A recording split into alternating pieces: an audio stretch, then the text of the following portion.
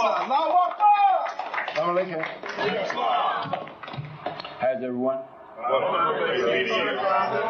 You all may be seated. Yes, sir.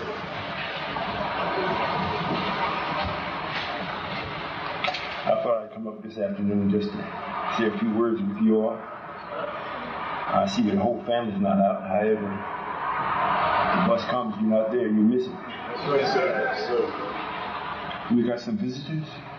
Yes, sir. Our meetings are usually held where you are able to ask questions or you're permitted to ask questions. And we're going to get started. I'm going to say a few things and then, the floor will be open for questions. Assalamu alaikum wa rahmatullah.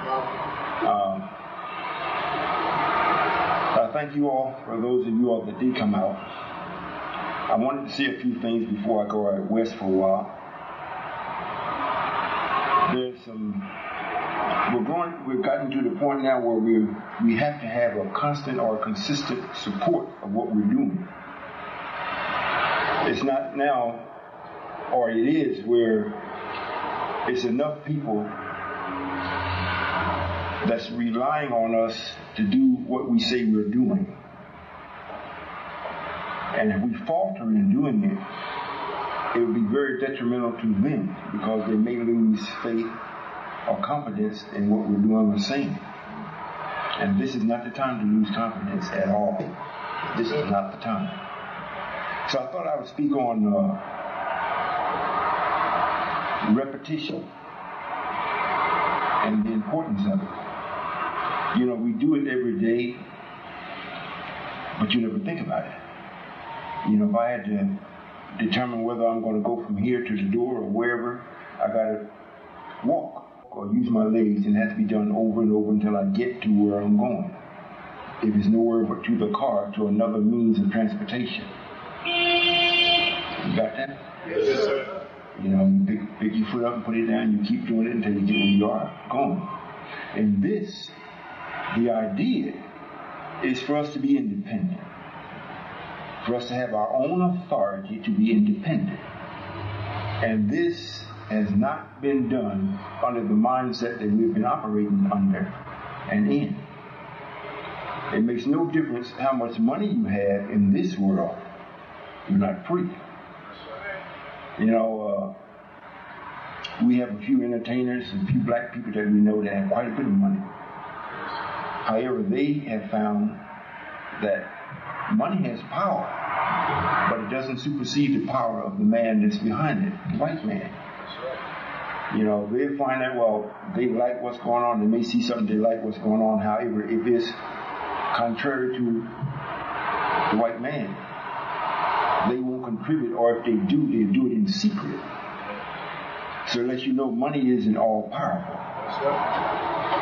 There's a man that is running us in our lives, and if you continue to stay with him, there is a promise that was made to him before he was born, or before he was made. And I would like for you to really think about what I'm saying. So you'll see this isn't just a today thing that we're in. This is something that was planned a long time ago. And now we are living and working it out. And we've gotten to the point now where we've gone through the worst of it. We've gone through it.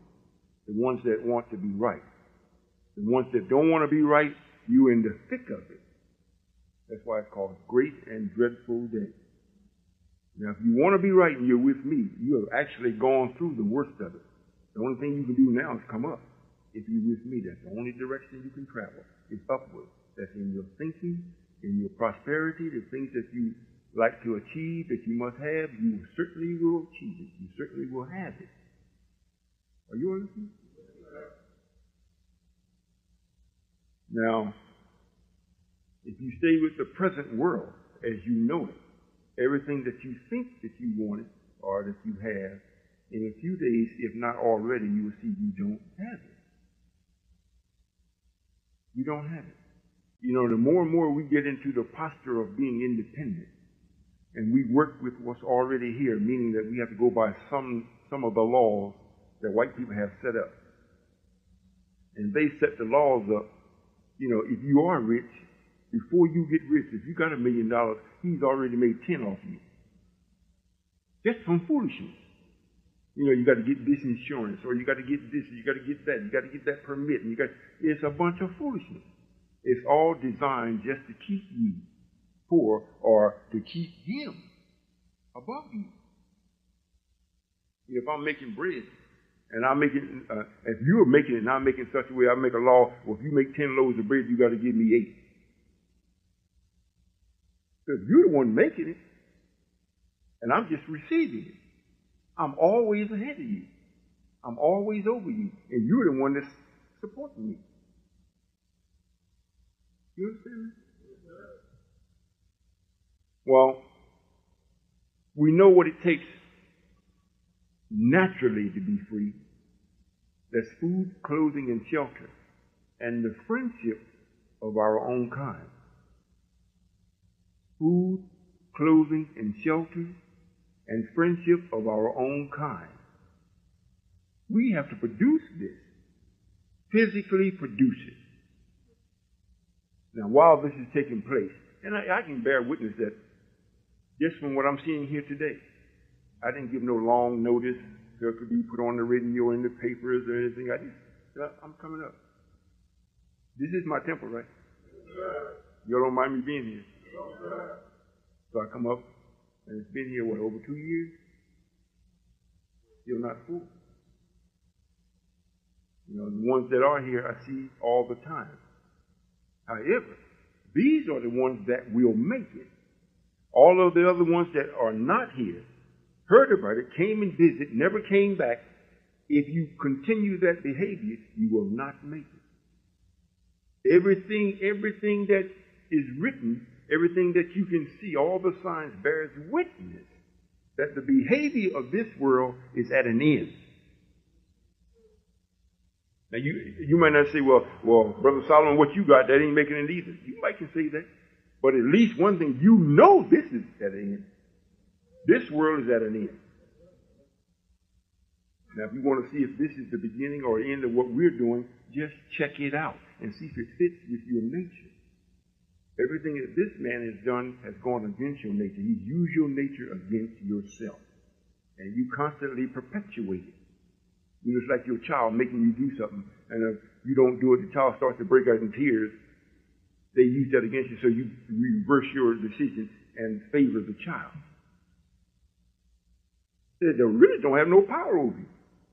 You give them power. You keep submitting to that, and they keep using it. And when you get to be 75 years old and they 50, they still living in your house.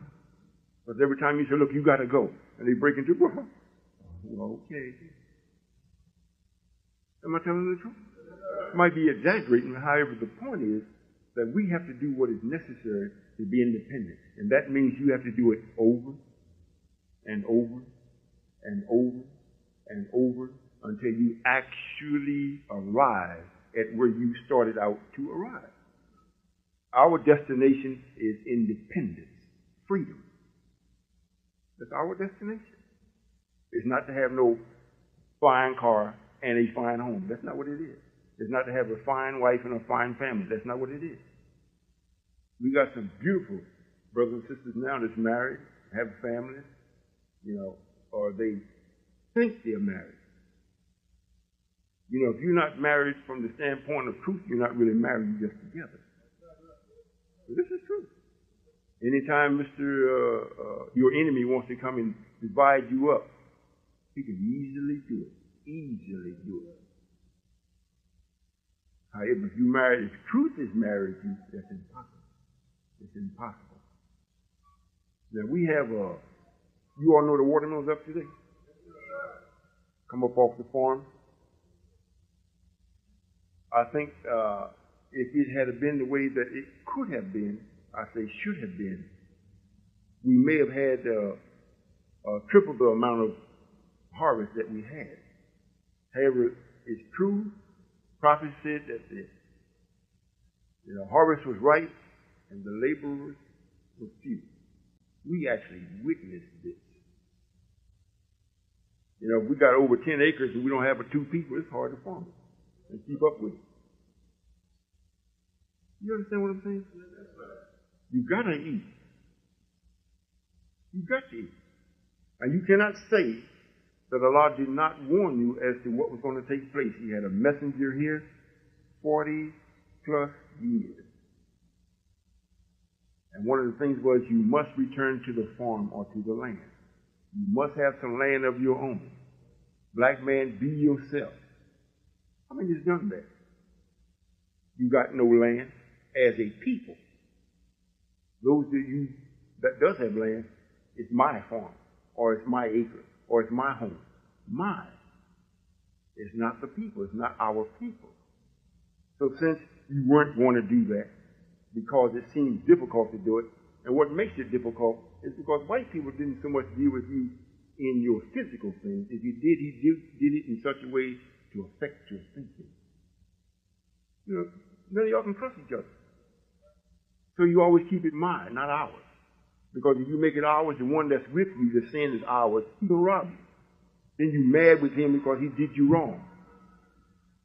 If the person is operating on the laws and principles of truth, then it can be we. It can be us. It can be ours. Then we can get it going. We've gotten it going. However, there are so few that want to be right that we now are experiencing only a third of the potential of what the farm could produce. Is that right, Uncle Bob? And this is with the ones that live there working at 24 hours. We've got 3 farms. We're just running back and forth from farm to farm, trying to keep up. However, when you are working, and I understand, when you're working in this world, and then you come to magnify your own usually always takes second preference. Because you don't see it as yours. You see this as ours. So if you remain home and don't participate, you think somebody else is there taking up the slack anyhow. But everybody's thinking that way, so nobody's there. And you have a lot of slack. Are you listening? Look at what's here. I don't know if everybody knew I was coming or not. If they did, this is the foreshowing. If they didn't, still the foreshowing. What, are you sick of my ministry? The truth is still the truth. And you're not performing it as you could and as you should. We've gotten the business at least started. I'm doing the same as what I do in bringing in new life. The sperm of life, you can't see it, but everything is in it that person needs, of that life, new life coming in. The schematics is there. The genetics are there. But you can't see it. When it lies in the mother's womb for 9 months, then it comes out already prepared, waiting to be instructed and shaped and molded. I've gotten everything set up the same way. I've got communication, transportation. I've also got the temples for as spiritual, mental, and the forms and the other things that we have as physical. I've got it. But it's so small, you can't hardly see it. So you think, well, one day Father's going to really get the nation going. No, I'm not. My duty is to save you if you want to be saved, and destroy your enemy. I'm going to destroy him because he's earned it. Now you got to earn being saved. I'm going to say it again. If I was here just to build a nation, what we say a nation, in other words, a system that will please our natural longing, which is food, clothing, and shelter, and an interest to make you think. If I was here just for that, then I wouldn't have enough of me. It wouldn't be enough of me to accomplish that. Because I would have to teach you the same things that you're already in. You know about business, although you may not be running it. You go to somebody that has a business, you go and work for him, that's a business. Your business is to make sure his business stay afloat. Although you might not know the interworkings of the business, you go there and make sure it don't fall. Because you're going to get the money for it. So if I'm just producing that, I'll be repeating what's already here. So that's not what I'm here to do. However, this is things that you need. You need your own food. And when you all taste the watermelon, let me know about it. Are you still eating the fish? Have you found any better? You let me know if you find any better watermelons than what came up here today. The one that's running the farm put it in the pickup and brought it all the way up here just for you to have it. Just for you to experience it.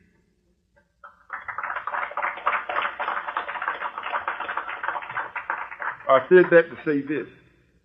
If we were doing it for money, no way, Jose.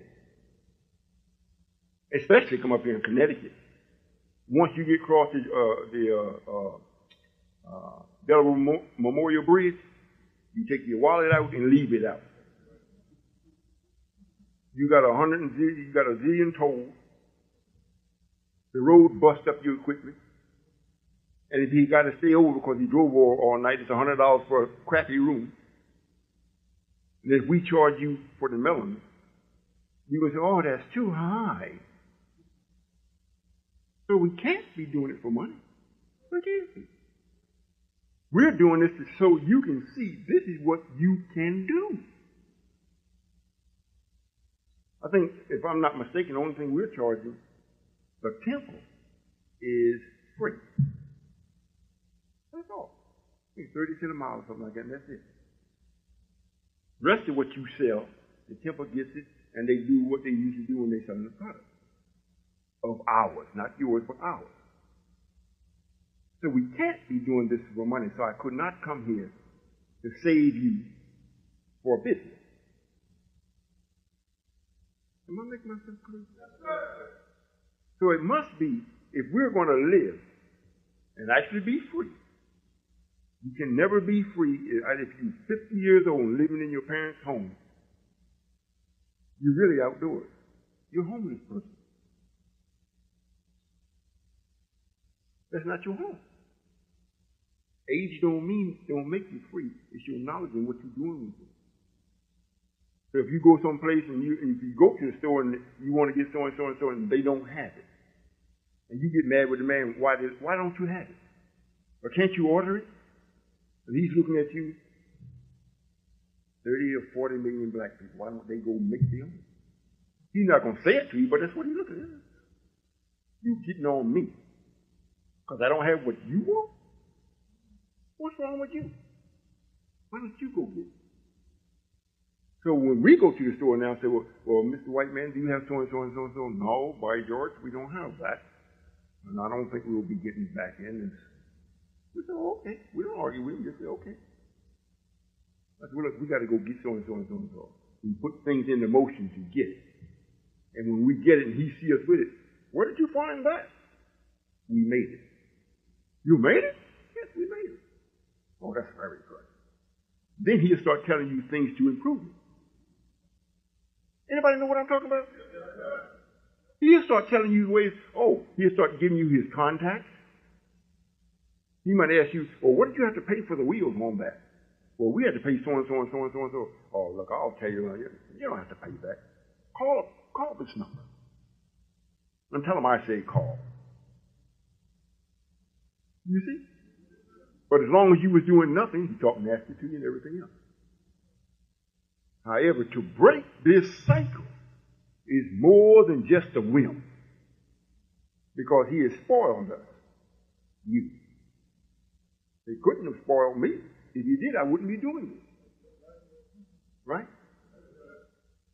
Anytime anybody tells me no, I don't get excited. I might not like it, but I don't get excited where I lose my temper and start blaming them. I don't. Because they don't have that kind of power over me. I either go into my mind and make up something that's going to answer what I'm asking for. I don't mean make it up in my mind for a fantasy. I go to make it up, what it should be, how to do it, and go about doing it. Before you know it, there it is. If I ask you to do something, you say no, and it really needs to be done, it's okay. I do it myself. When you look around, I'm down there doing it. Most times when you look around, I'm finished. I'm on the way back. For real. That's the way we have to be. We have to be this way. not chasing white people because they're not serving you. White man is the God of disappointment. He's the God of this. So you can't turn him around and make him the God of fulfillment.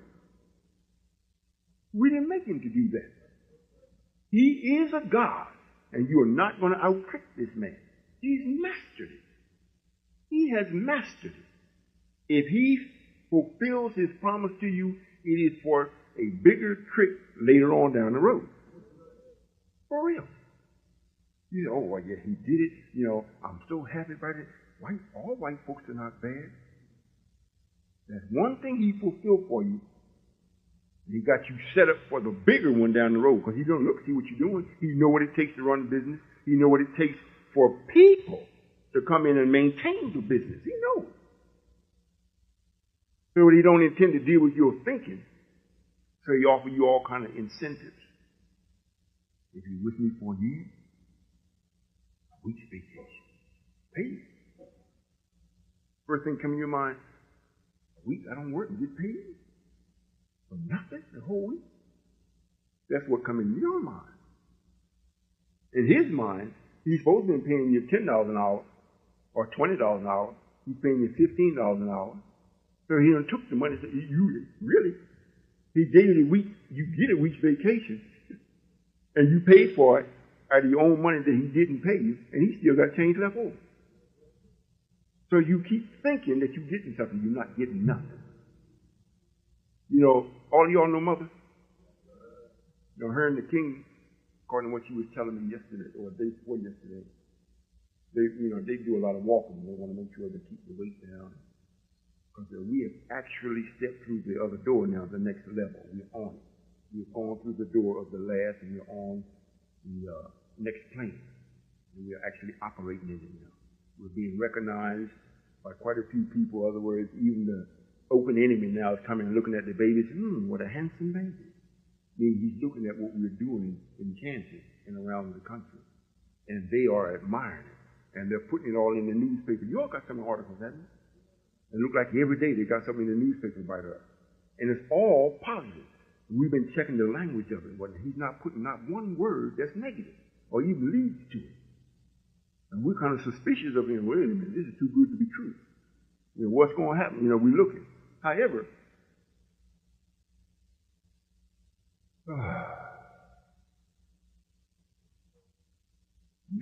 I was thinking about something else. I didn't want to interject it. However, after they're looking at us and seeing that this is right, you all don't see it because we're still small. But this is something that he cannot produce. He wants to see it produced. However, he don't want it to grow out of his control, but he still wants to see it. And to show you that this is right, every time you have a child, and if it's in the baby carriage or your mother or father is carrying it, if it's an infant, the child can't walk. White people come up, oh, what a beautiful baby. You know, they want to make over the child. That's because the child is no threat to them. It's new life. It's a God. They know it's a God. And it intrigues them. Here's the real God coming up, but I'm the God over there. I already got in motion. Whatever this child does, it will never develop because it's dependent upon me. Whatever it's going to eat, it's going to be poison.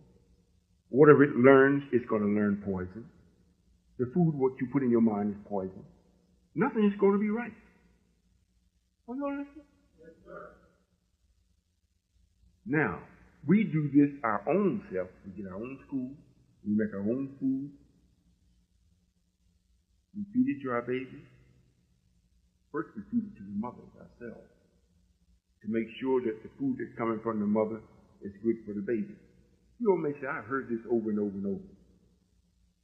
We have to hear it over and over and over because you have to do this over and over and over until we get to be independent. There's nothing spooky. There's nothing spooky about this, period. I'm not Minister Farrakhan that's going to come up and give you a long lecture that sounds good and use very good words or good sounding words, but nothing is being produced from it. That don't accomplish nothing.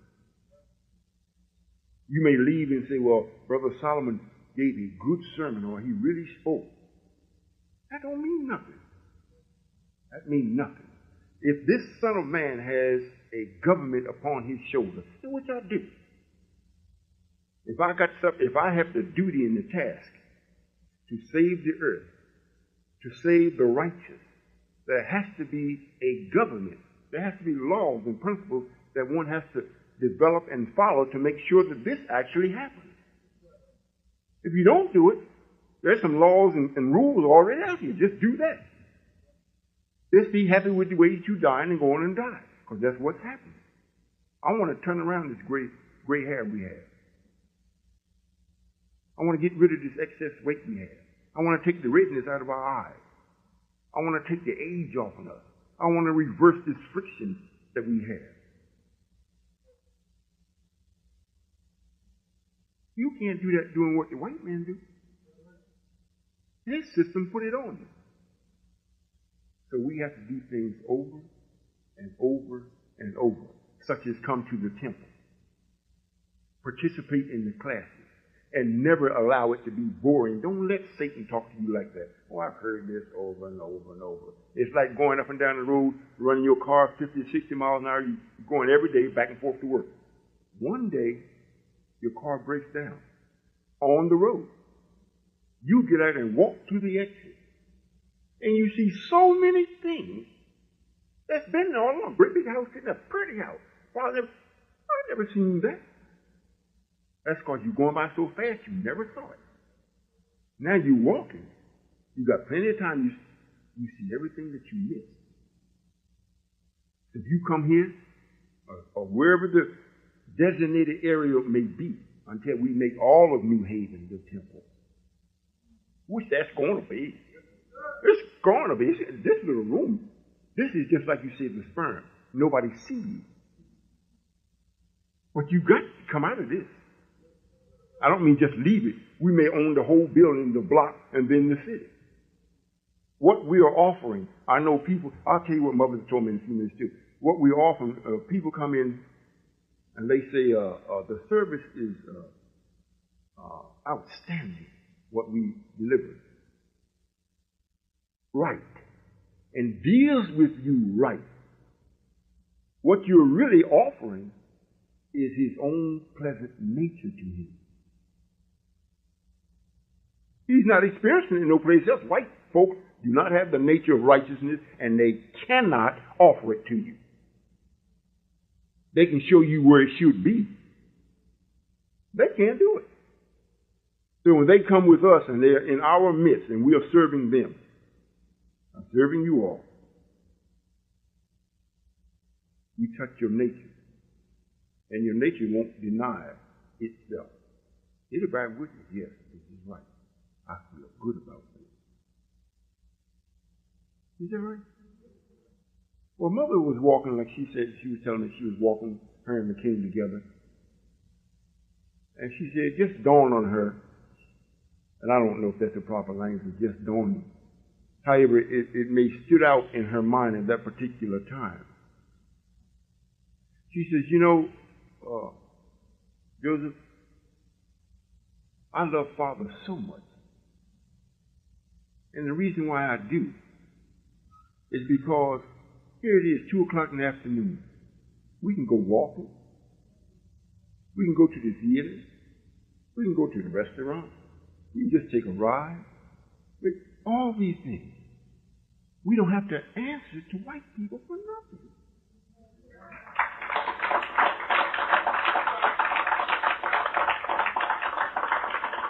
You know, this is what I'm doing.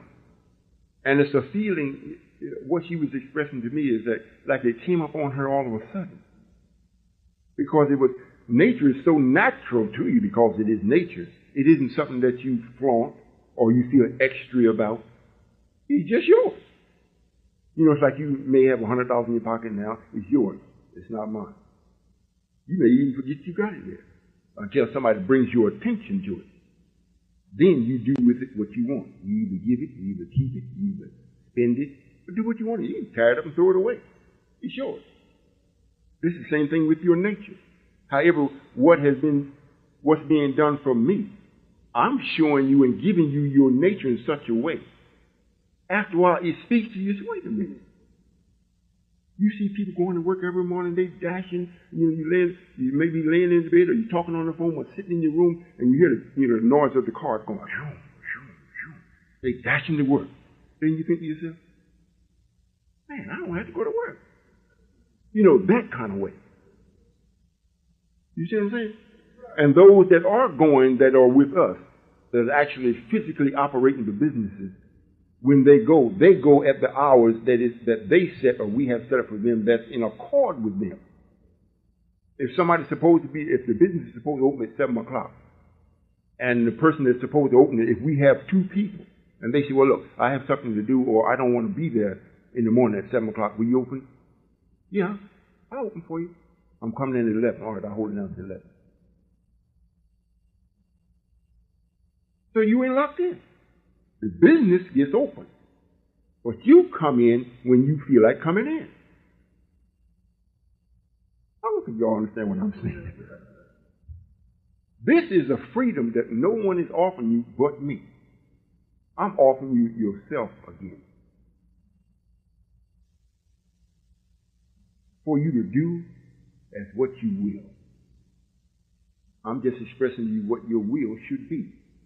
Accomplish your own freedom. I make sure nothing happens to you. And it has to be done over and over and over until you arrive at where you set out to go. And our destination, again, I will say, is freedom. And there is nothing, and I hope you mark this in your memory, there is nothing that you can think of or do that white people has not touched. And Satan backs him up. Nothing. The clothes you wear, the food you eat, the thoughts you think. Except for me, they are all incorporated. You have a partner. Now, if you don't take the best of you, which is myself, to help you magnify the independent part of you, you're not going to make it. You're not going to make it. We're supposed to be getting the plantain chips in. We ordered the plantain chips from the mother country, Mother Africa. Everything was going beautifully. They got the plantain chips loaded on the container. And to show you how our own people is. Most Africans think that the black man over here is nothing. We're fools. I can understand why they think that way. Because when they do come over, we got nothing but rap. And the ones that's doing all this rapping got their $1 million, they got nothing. They got bulletproof Mercedes and Humvees. For what? So when they come and look, say, these are some dumb people.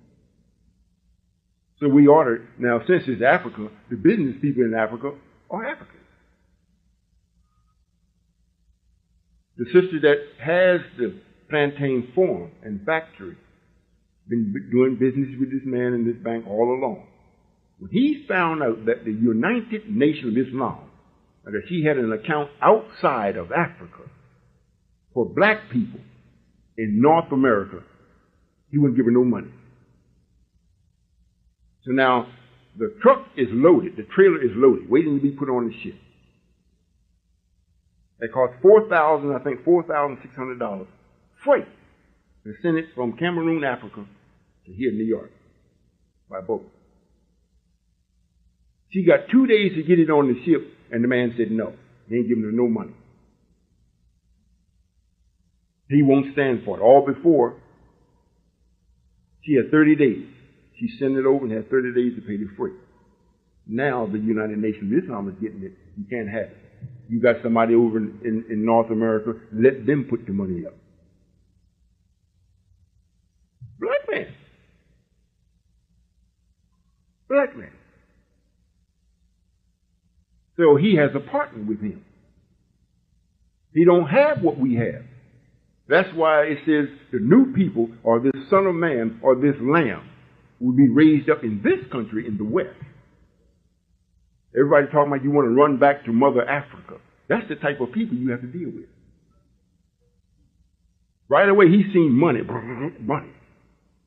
He wants the money right away. Now, if we want to get it, now they call them and say, well, you know, you all are a religious organization.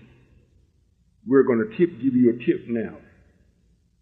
Make sure you call the port of authority, get everything set up, make sure your brokers do everything they're supposed to do, because if you're not union, it's a great possibility you won't be able to pick your own freight up.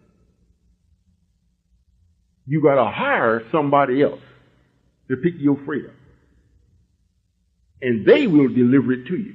That's another expense.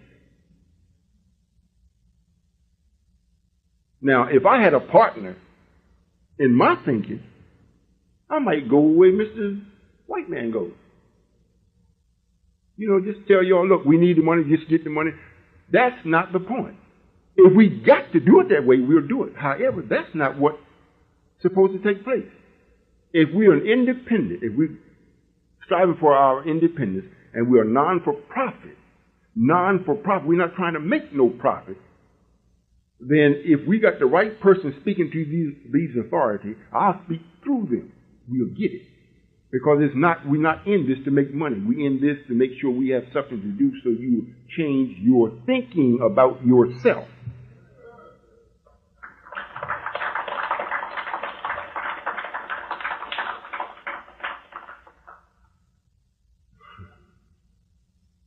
Am I being understood? Now, when it gets here, we done bought several trucks. We have the titles to them. We're not making no payments. Matter of fact, the only vehicle I think I'm paying for a payment is the ones that I have, the car and the van. Everything else, you all own it. We got the title. You say, well, have you got the title? Yes, we got the title. In most places that we're not having rent, and it's ours, we got the deed. We're not making no payment. You understand what I'm saying? So now, this will make us make sure whatever we do what we're supposed to make sure we keep it, or multiply it, or improve it. Because we don't have no partners with it. Do you think you all would be able to stay in long enough to see the rewards of what we're doing? I don't know how many, I haven't checked lately, I don't know how many people in Connecticut that are really with us as far as being in the temple. I may do that when I get back to Maryland. However, if you don't continually come to the temple and converse with your brothers and sisters as to what we're doing, you might say, well, what Father's doing, however you want to put it. You are not strong enough to stand up to Satan and win. You're not. There's too many things that you incorporate with him that won't allow you to do that. Just the food you eat and the music you listen to and the TV programs that he's put on for you to see will not allow you to do that. One excuse will lead to 5 or 6 others, and before you know it, we almost have to go and get you. Because he's speaking so strong in your head to give you the reasons not to do it. It's like you just confirm. No, I just don't have time. I just don't have time. And while you're telling the person you don't have time, you ain't doing nothing.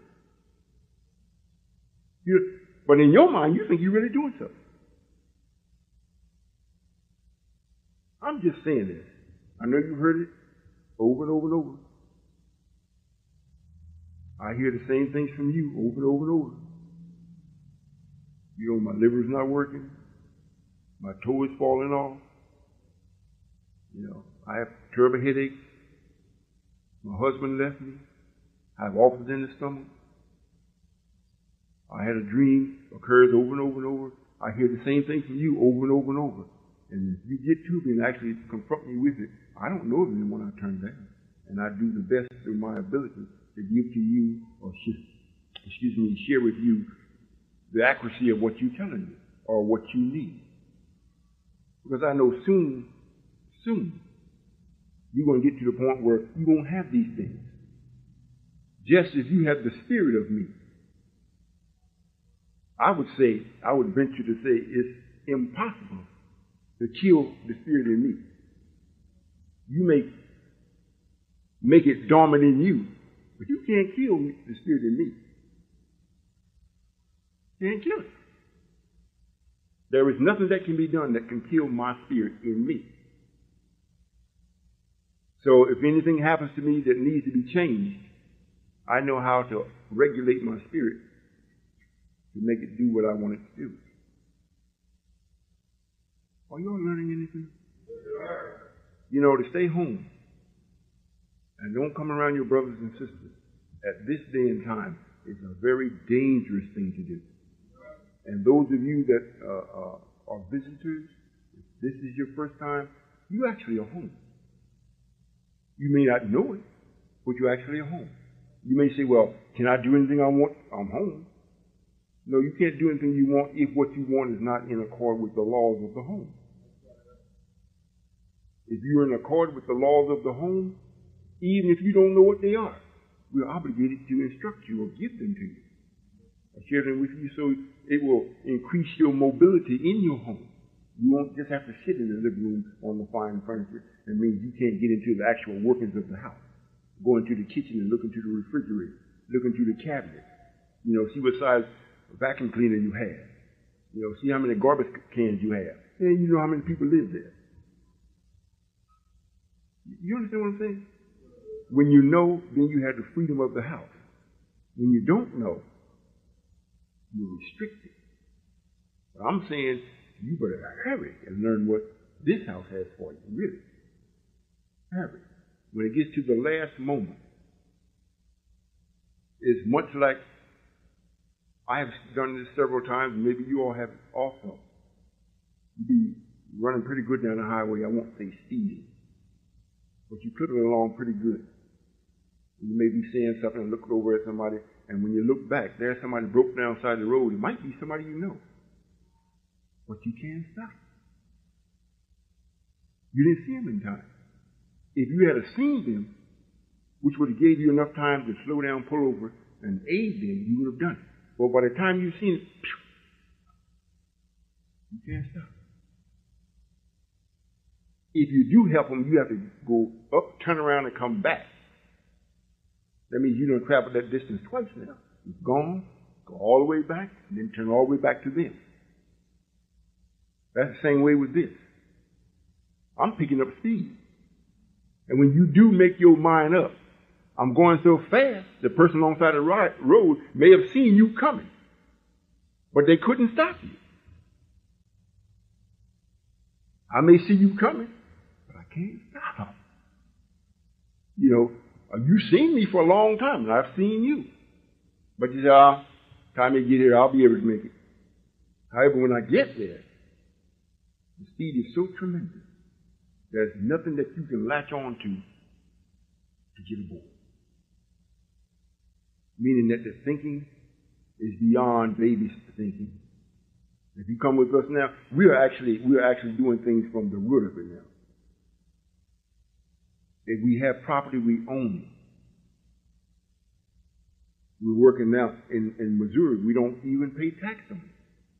In Kansas, you got to pay taxes. However, they're saying that they're thinking strongly about letting us have it because of what we're doing in the community, tax-free. Now, to maintain it, to cause it to grow, like the brother came in and was speaking with us, another brother, and we have so many brothers that come in and have an appointment, sit down and talk with us. That's brilliant, and they think it. But that's as far as they go. Once they find out they're not going to get rich on us, we don't see them no more. The brother come in and say, what you all are doing is great. But that's not your litmus test. He says it's easy to get something. The test comes in if you can keep it. You see? So we get these things, and when I tell you what we're getting, everybody gets fired up. You know, they send in $5, make sure we get it. We got it. But the 5 don't keep coming, so we can either gas it, we can't maintain it if we were just relied on that. Are you follow what I'm saying? So I'm bringing everything that you need. I'm bringing everything that you need. And the main thing that I'm developing where everybody is bearing witness to is respect. They see that we respect ourselves. Now where people see what we're doing. They're making sure that everybody else that don't know us respects us. We don't have to say nothing to anybody else anymore out in Kansas. The public now is making people respect us. Yes, sir. Brother came up in the car in the filling station. He wanted to get out with his shirt off. And the one that brought him told him, no, you can't do that. You stay in the car. They almost got in a fight in the car. He said, no, you're not going to disrespect these people. He wouldn't let him out. You see?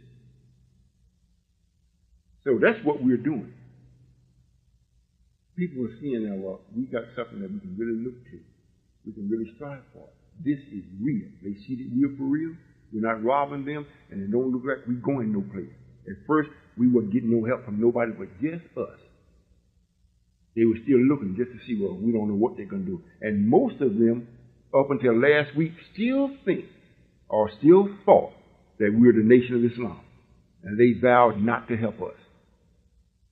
Are you hear what I'm saying? Brother Secretary went to a meeting of counselors of the city, and the citizens were there.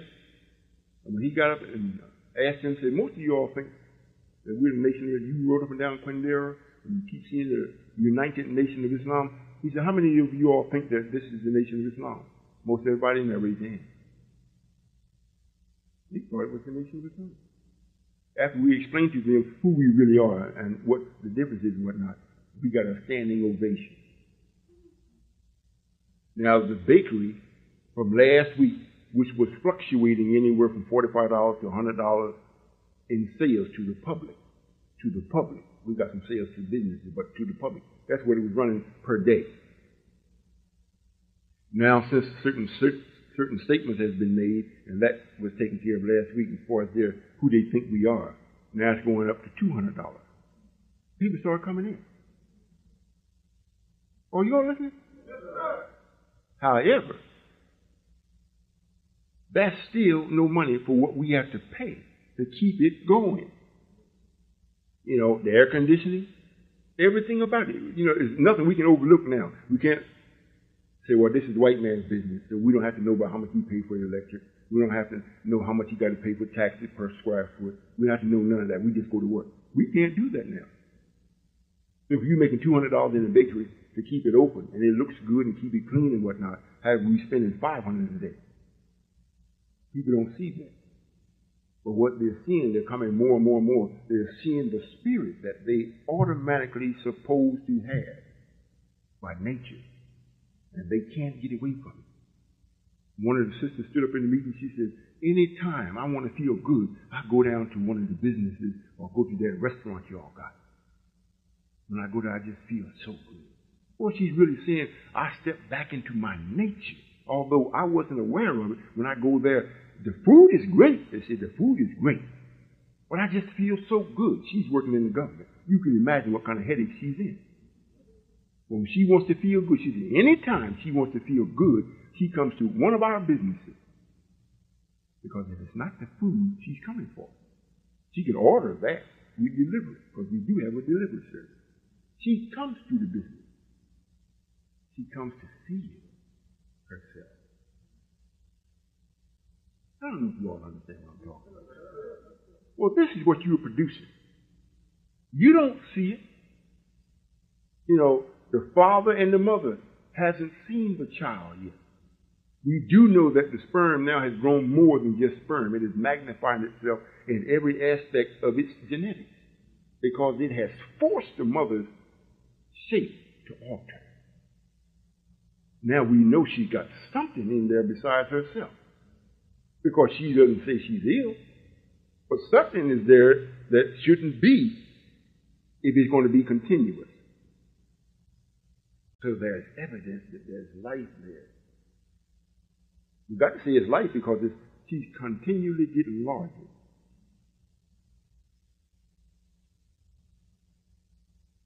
This is the same thing here. You know, I often think about Connecticut, often.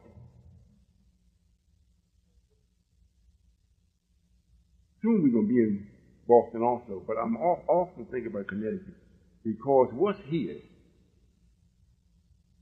is a lot of power. If you don't concentrate the power to serve yourself, you're going to be somewhat satisfied while you're doing what you can, and you're not. And it appears as though this place here is a very poor place. If I go by what you all are doing, it's like there's very little resources here. Hardly no money at all. It's poor. In the lessons, it reads money, good home, and friendships in all walks of life. Yet, you came and followed the messenger to me. He was to lead you to God. Brother National Secretary called me this morning, and I think he just turned into his 30s, I think. Is Brother James 30? He's in his mid-30s. He called me this morning because the house that we were renting for him, there was a sister, quite cantankerous, kind of nasty. We got the house from her and whatnot, fixed it up. She did most of it. You know, when you have something of yours and you're in this world, you think, this is great. You know, I should charge you $1 million for this because this is mine and I did. You know, we paid her more than what the place was worth because she was black, although she was kind of nasty. So we had to move at the end of this morning. Had to get out. There's not going to be no negotiation. You got to go. She hasn't had to spend one dime on the house. We took care of it. In the process, we went and got a house and got the deed to it, fixed it up. He called me this morning and said, Father, the house is beautiful. I want to thank you. And his wife got on the phone. She said, I don't know what to do. This is beautiful. She said, you really got a construction crew. They know what they do. Because the house looked like it was falling in, ready to be condemned when they went and got it. Now he's moved into our house with our deed. We're going to see what the woman going to do. I hope you all understand what I'm saying. The money hasn't shown up. Not that it's not here. The money is here waiting. Remember what's prophesied. Everything that Solomon would need, David had already prepared. It's in the Bible. I'm Solomon. David is, or was, and is Elijah Muhammad, the messenger of Allah. The Honorable Elijah Muhammad in the Bible is styled as David. Before he was to pass, he was to prepare for his son that the Lord told him that shall build his house, and his name shall be Solomon. So you get busy now and prepare for him. So the money's there. But you know why we can't put our hands on it? Because I haven't developed yet enough people with enough thinking in the right direction for us to have the money. I want you to think. Money has a power to it. If you haven't learned that mother's milk is better for you than cow's milk, if you haven't learned that, then I would be foolish to bring before you a whole cow or nothing but cow's milk, because you're going to drink it. If I bring to you the money, in which they said, they gave me more wealth than anybody before me. Well, just look at the Queen of Sheba or the Queen of England. Here's a white woman worth $7 billion. billion, not million, billion, old white woman. If she got it, we permitted it. I'm to have more than that. And more than anyone else that has ever had. That's including kings. More than anyone that will ever have after I'm gone. I didn't say after I die. Or after I pass. After I've left.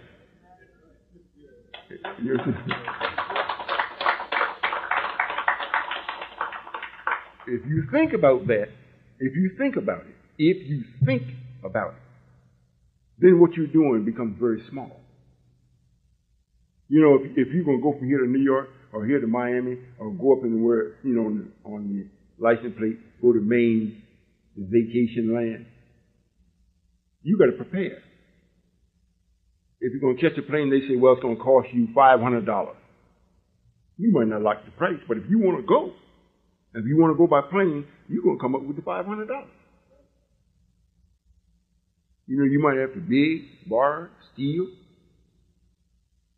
If you want to go, you're going to get it.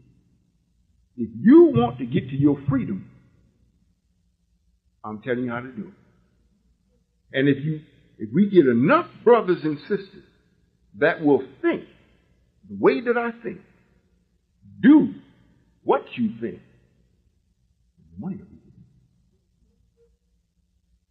Because since we're not working for money, why should we be held up from the things that we need to actually work in the absence of money? Meaning, before we could get the farms, we had to come up with money to get it. Before we could get the vehicles, we had to come up with money to get it.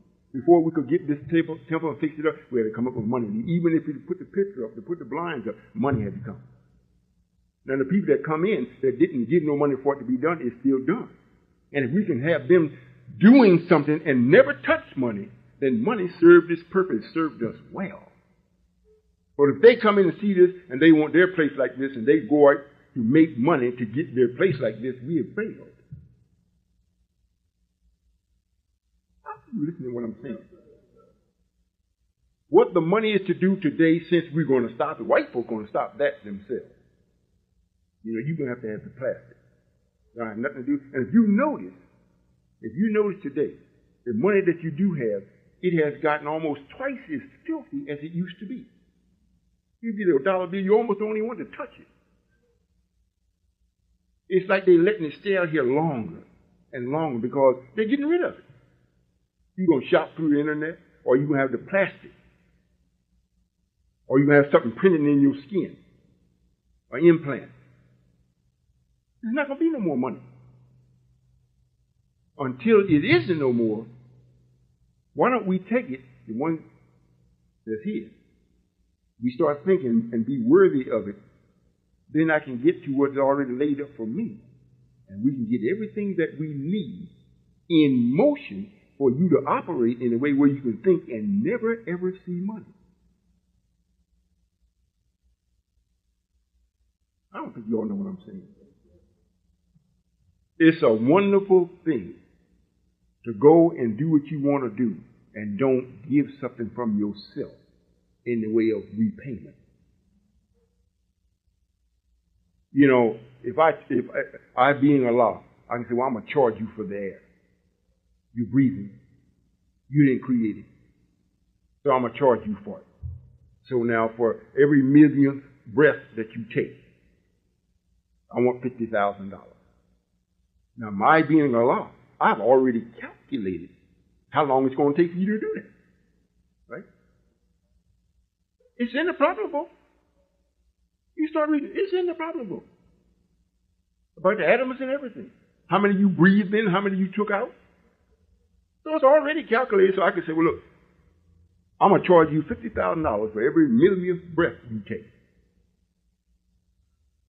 Then it's like, well, I haven't really done anything from nature for you as a natural person. If you've got to give something for it, something's wrong with that. Is that right? Something's wrong with it. However, if I ask you, what's required of you to keep breathing, is that you've got to turn yourself from this way of thinking The world got you. And think the way of life. And let your thinking be in accord with the time that I and we, the scientists, have set up. If you do that, you will never have to pay for any breath you take, for any food you eat, for any distance you travel, for any thoughts you think. Never have to pay for it. What will happen? We will benefit from you doing this.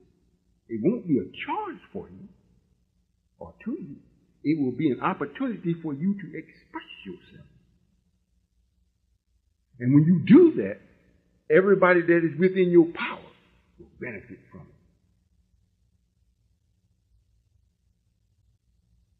I don't think y'all know what I'm talking about. This way, whatever's in you will come out. When you feel when you can give something of yourself, if you're a wife and you figure, well, I don't have to do nothing, he said, I'll just cook his meal and make his bed up, and he owe me. He had to take me shopping, or give me the money to go shopping because I did this. That's all you're going to do. If you do it because this is what he deserves as being a man, not your husband, just being a man.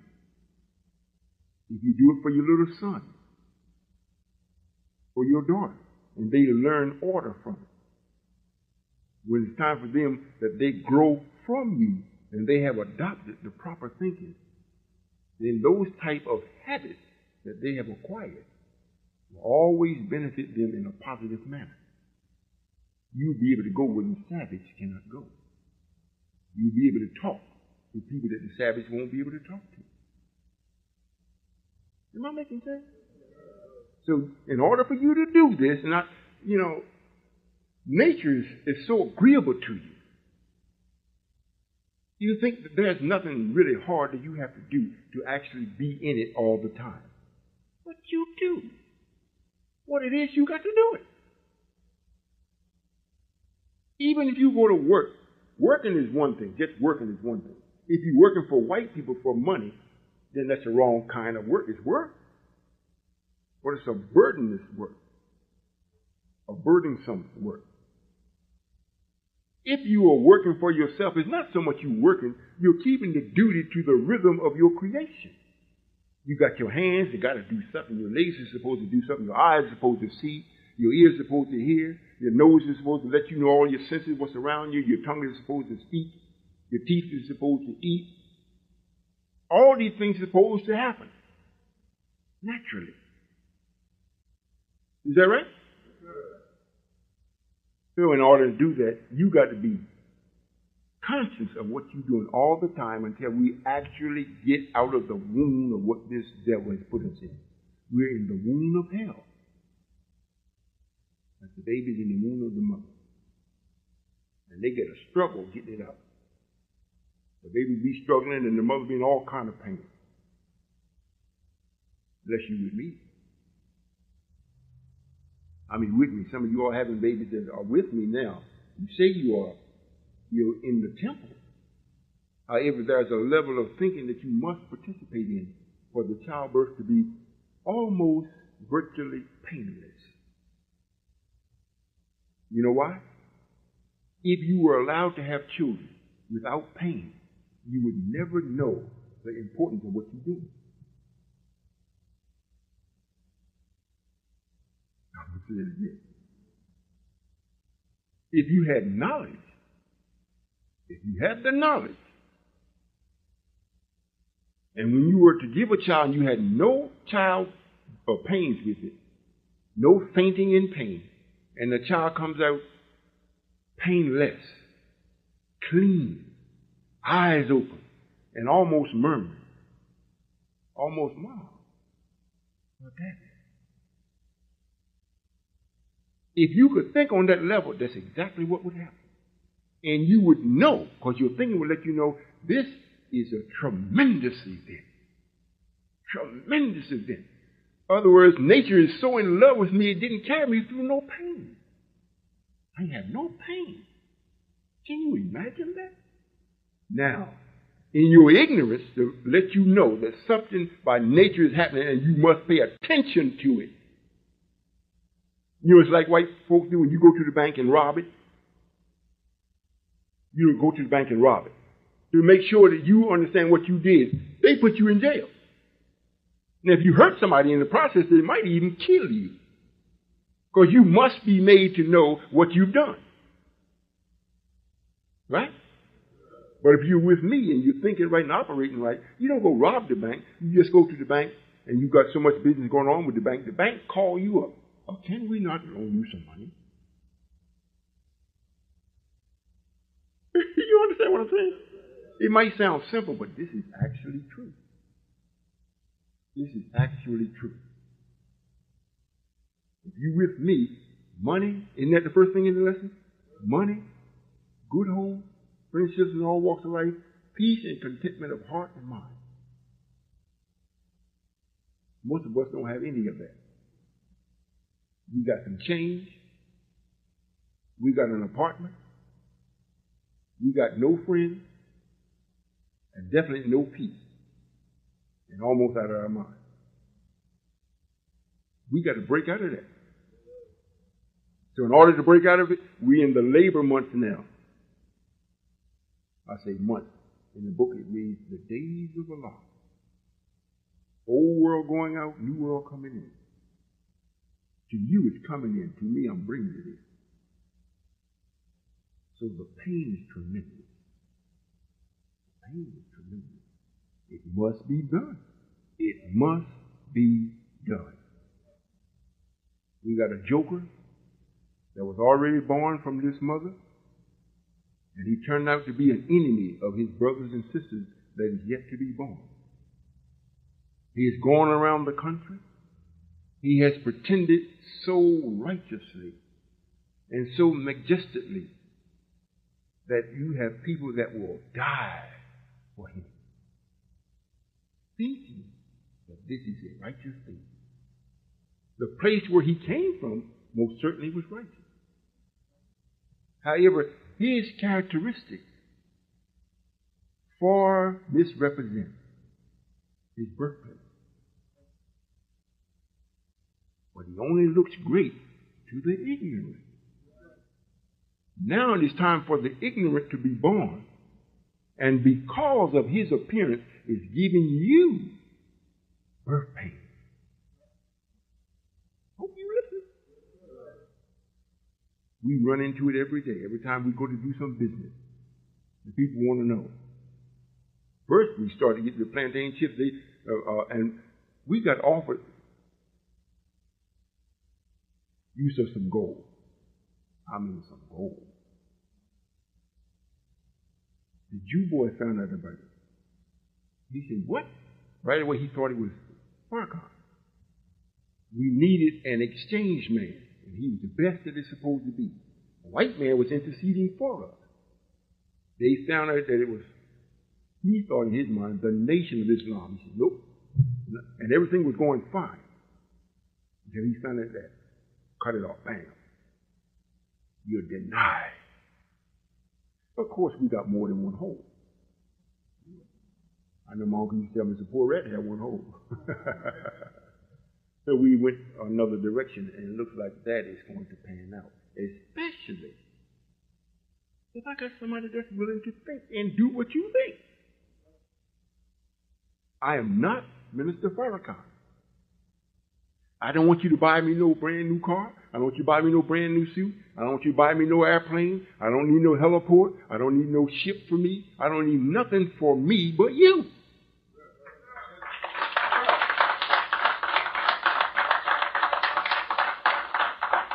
I don't know if you understand this or not, but I really mean this. The law is if I have more than what I need, I got something that belongs to somebody else. Is that right? So I don't need all these things, which he has gotten. And the people gave, if he had a business and acquired it through his business and his business skills, we would say 50% okay. We would accept 50% of that. However, you still can't change the law. If I'm poor and you got all the money, you're poor too. If you got more than what you can use, You're supposed to give it to the ones that don't have it, especially if they're trying to have it for the right reason. Is that right? Yes, sir. Well, I'm getting ready to open the floor. Did you all hear the address that he gave in Washington, D.C. last Saturday? You all heard some of it? Where he prayed for Allah to show his power on this white man? But at the same time, before that, he was asking that Allah spare this country. And at the same time, he's asking to show white men how powerful he is. I thought to myself, now, if I did what he asked, I'd be confused. You know, either I'm going to lighten up or you're going to put it on. But which one he want? But he don't recognize me as being Allah.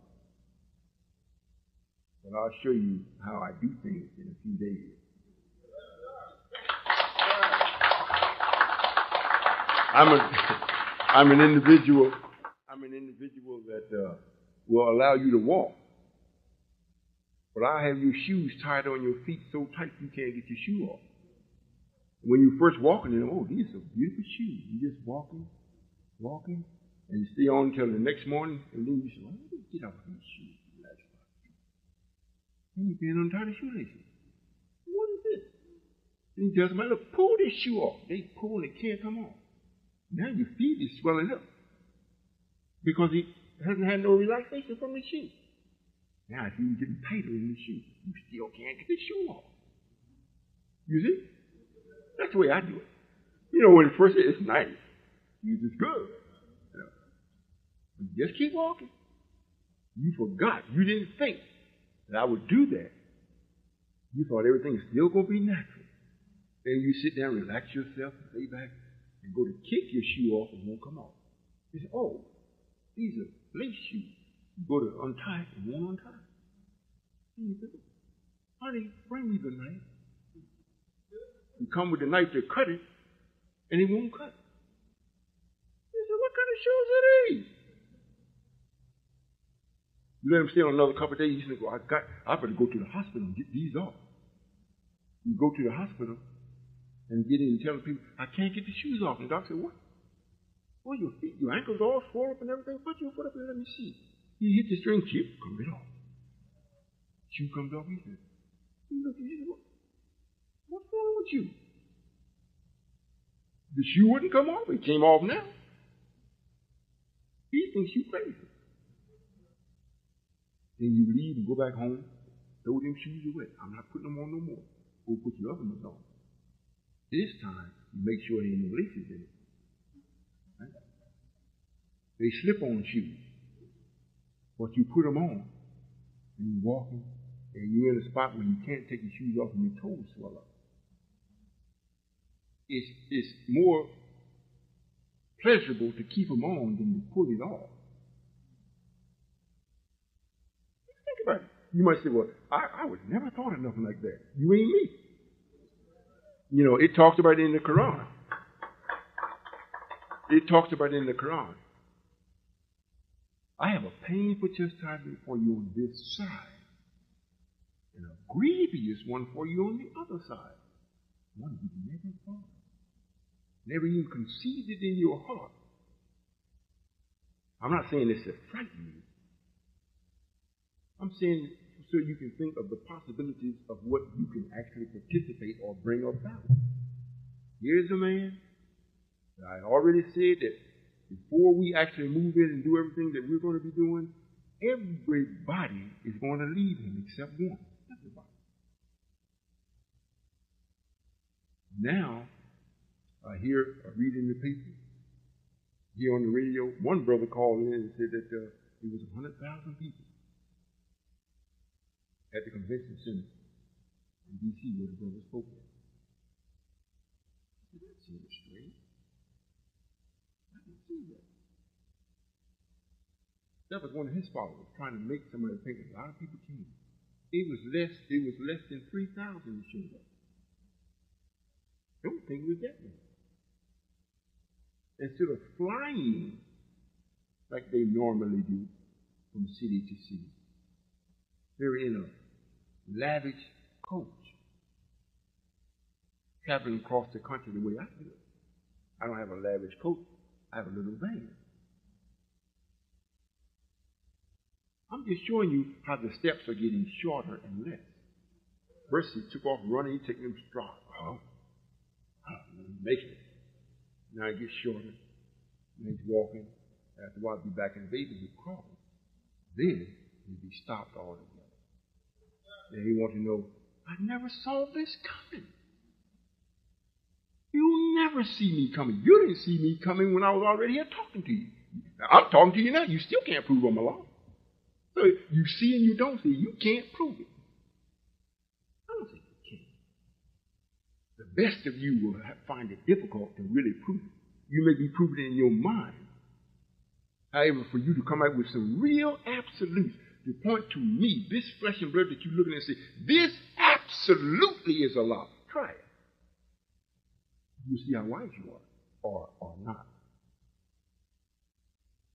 So you never see me coming, and you can never find me if I leave. You think about it. When you realize I'm here, I'm almost kissing you.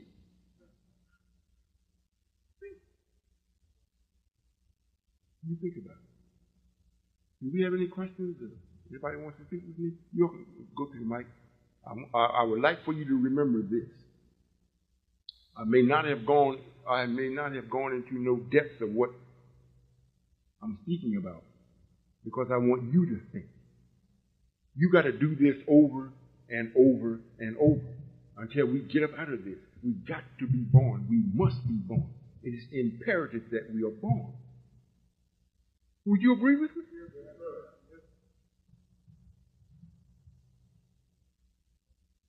This baby don't make it.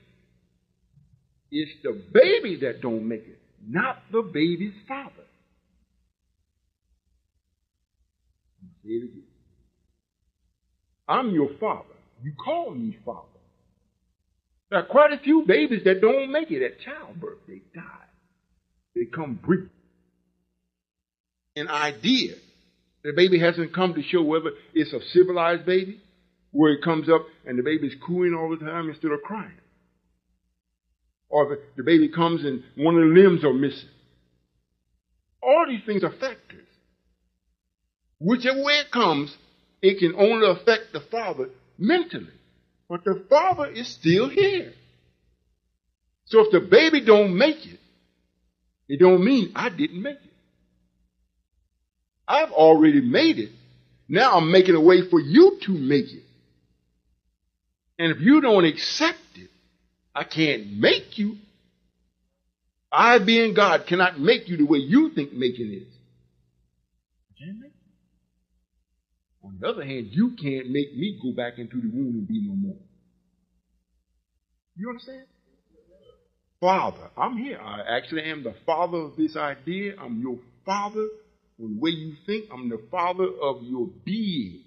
The newness that you're coming back into is coming from me. And the more spirit that you gain from me in yourself, the faster the acceleration of you coming back to your youth and your thinking and your health will be. Believe me. Believe me. I'm telling you the truth. It'd be something different if I was trying to trick you because I'm going to get something from it.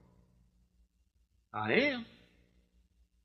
If you come back to be yourself, God and goddesses of the righteous, yes, I'm going to get something from it. But you'll get just as much as I get. It won't be you getting $10, you making 10, and I'm getting 8, and I'll give you 2. It won't be that. It'll be more like you getting 6, I'm getting 4. I hope haven't been talking in riddles. Well, for all of the ones that are with me that did not show up today here, you all make sure that they get the tape. And they have to do what nature demands that they do. Every morning, the sun comes up, most of you all rise. Something that you do every day. If you don't do that, if you're living, you're breathing. Breath by breath. You don't take 2 of them at the same time. You take one breath, one by one. Is that right? And you do it over and over and over. And it keeps you here long enough for you to experience happiness if you want to. It carries you through the period of sadness if you keep doing it. That's because you're doing it over and over and over. If we want to see what we really are, we got to produce something that bear witness that we're right in what we're doing. That is a nation. The government is on my shoulders because I'm the one to hold it up. And what comes out of this head is on top of my shoulder. The rhythm of what comes out of here. The genetics of what comes out of here. The schematics of what comes out of here. For the activity of our people and our nature is coming from here. So this is why it says it's a government on my shoulders. Because this is where my head is on, these shoulders here. You got that? Yes, sir. Do we have any questions? Walaikum salam. I have one question I've been thinking about for the week. Are there ghosts? No, ma'am. They're not what we... for everything that takes place, we gave this man a right to name it. Is that right? The fish, the fowl, the creeping things. We gave him the right to even name the angels. We gave him the right to name it. Now, as far as ghosts as what he says, no, ma'am. However, there are powers that we can witness or experience that's coming from a live, living generator, even if it's evil. And you witness it. So since he don't want to put the proper name on it, since he's not to teach you the truth, he tells you in such a way where it's got power over you if you come in its domain or in its realm of activity. You come in, it's a ghost in here, and that's you looking at. If he tell me it's a ghost in here, oh, fine. If he bothers me, I'm going to kill him. Because there's no generator that can generate a spirit more than me. You ain't going to generate no spirit and send it to me. And it's going to frighten me. When I was bringing my daughter up as mother, I've seen this for myself. The bed started shaking on, she laying in the bed scared to death. Father, going in the bed, covers all tight and whatnot. I said, baby, you get rid of that play. That's child's play. Call on Allah's name. Say, Allahu Akbar. He let her say it 2 times. The 3rd time she can't get it. She's trying to get it. I can't get it out. But that's the weakness in you. If Satan don't have no power over you, if you can call twice, you can call the 3rd time. You see? Then when she got to the point that she knew who Allah really is, she just said, Father. Bam, it was gone. Then it started happening. She started laughing at him. You can talk to mother. I think she's going to be up here soon. Is mother coming here? Well, she's going to some temples going around the country. She may be here. Just ask her about her father and how she was brought up, the things that happened to her. Everything that you ask me, it has happened in my family personally to or around me. So I already know. I've lived it. No power nobody can send to you that's greater than you. Even my little child. I've seen, how many of y'all know Valora? That used to be the messenger's private secretary. Just 1, 2. Well, the messenger, you know her? Well, she's passed now. Well, she was the messenger's secretary. And she was a rascal. We made it that way to keep a lot of foolishness away from the messenger. If you want to know who she is in the Bible, when you read about it in 1 Kings, where we sent this person to the messenger to give him warrant, but he didn't never know her. In other words, meaning that she was for him, but he never entered her. He never penetrated her. He never made love to her. She was there strictly to comfort him and keep this foolishness away from him. That is the Lord. That's her. And you read about it in 1 Kings. And I think it starts off with this person. They sent, he was ill, and they sent for somebody to come and be next to him, help give him life or help give him warmth, whatnot. in real life, that was Valora. She was a rascal. We made her that way. Well, anyhow, just before I actually got a chance to really speak to Minister Farrakhan, I was living with his brother, Alvin Farrakhan. Valora had came to the house. She was talking with us. I had made this, made the 30th tape. I think it's called a Wisdom of Allah, Motion of Allah. I had made that tape and she had heard it. So she came to the house and we carried her around a couple of places. And, she's by herself and real flighty, real spooky. She came to the house and mother had not too long had a little child named Amira. And she was just walking. She had just got walking well enough to have a balance good. But Laura was standing in the doorway or off side of the doorway. We were already in the room sitting, listening to her, telling us different things about the messenger, different things that happened while she was there and whatnot. And this little daughter, my granddaughter, walked in.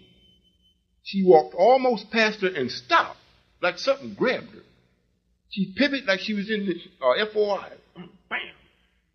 Came to attention, looked at her, balled her fist up and looked at her. And we were looking like, man.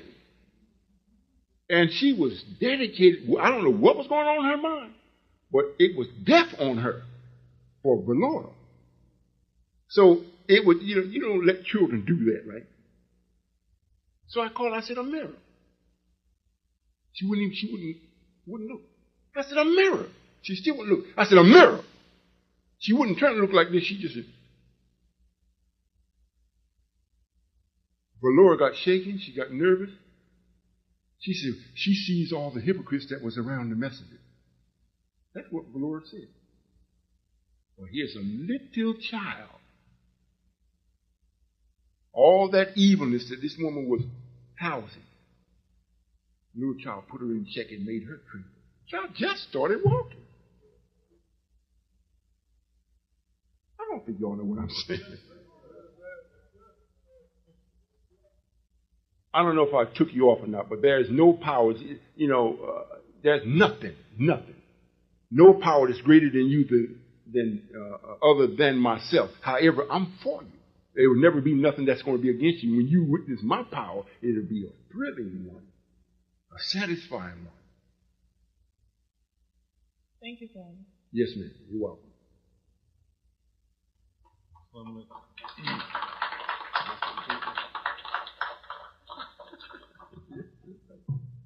Yes, sir. Walaikum salam. I have two questions. The sister actually asked a question that I had on my mind. I'd like to elaborate the question a little and ask it this way. Are there entities that get caught between here and the sun and are or that come from the sun and have not taken on bodies but are in the atmosphere? Yes, sir. Not in the form of the whole entity. They have certain portions of themselves that are here, or certain wills that they have left, or they didn't accomplish, or they didn't finish. However, them as a full entity, no. And all entities, when they pass, it depends on how they pass, will depend on where they go. If they're in favor, they do go back to the sun. Now, if there's another trial they got to go through, we may send them to another place. Not on this earth, and not in it. We send them to another place in our galaxy or whatnot, for them to go through another purification before they go to the sun, or cause them to see, or make them do another meaningful task. So they're not back in the sun, they're not here. However, they're not caught either. It's not where they're caught, it's where we sent them. There are very traditional African religions that the basis for how they operate is based upon spirit activity, similar to what you're saying. Is there anything to that they're doing? Yes, sir. Just for the word spirit, it only means that a righteous entity or a righteous energy. However, what I've just said,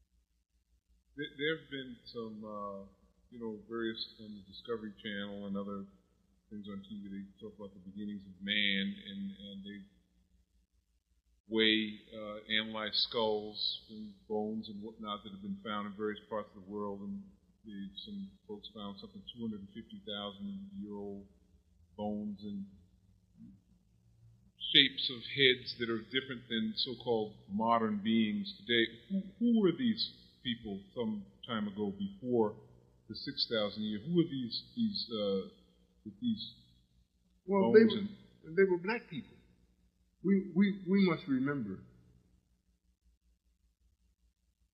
it was at least means not more, the least that you can put 50,000 years of us declining. And to show you the difference in how we look, today you can take a typical African and what we call a typical American so-called Negro, and you can see the difference in their structure. Or we both say we Afro-American, or we're from Africa, the mother country. However, the mindset of what they're under and the mindset of what we're under has shaped and molded us differently. Our structure looks different. We can tell we're black people, but you can't say you came from Africa, not the ones that's been here. When an African comes from Africa, he don't even have to say he's from Africa. You don't even say he's an African. So you take that same principle and go from 50,000 years. So we took on many different shapes. We still had the dominant shape of man. However, they came in different proportions of it. I'd like to be a witness to what you're sharing here. Having been in West Africa, I spent some time, close to 2 months there back in 1989. And there's even among African people, there's a certain type that looks very, very ancient. Something about it just looks very, very ancient. And I noticed that it's this particular type that was popularly caricatured in old advertisements that had the cream of wheat and shoe shine. I know there's one orange crate box, Snowball oranges, and there's this particular kind of face with a big smile and orange juice running down his mouth to shame our people who are working in this agriculturally, and they'd have to. So it was this ancient man, this certain type that this man used to caricature most often in old advertisements here. So I just share that. Thank you. Yes, sir.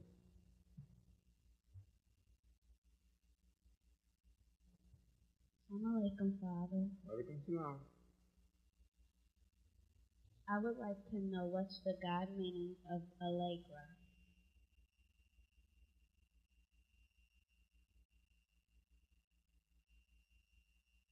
Allegra? Yes, sir. Is that your name? Yes, sir.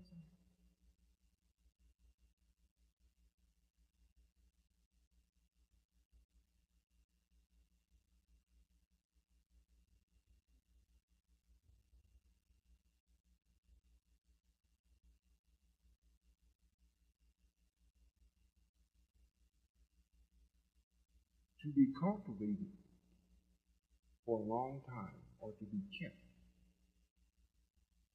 for no limited time. You know what that means?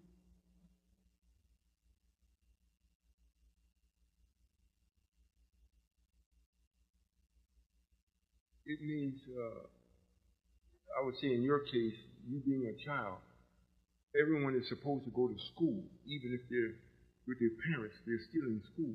You like the place where they are being called to school, you're still in school, you're still learning. With you, even after you marry, your great joy will still be being taught. Sometimes you will pretend you don't know, just so you'll be taught. You like that to be constant. So that's what it means. Whether you actually do that or not, that's what the name means. It's like somebody's not always teaching you or showing you or giving you a personal attention for a long time. You understand?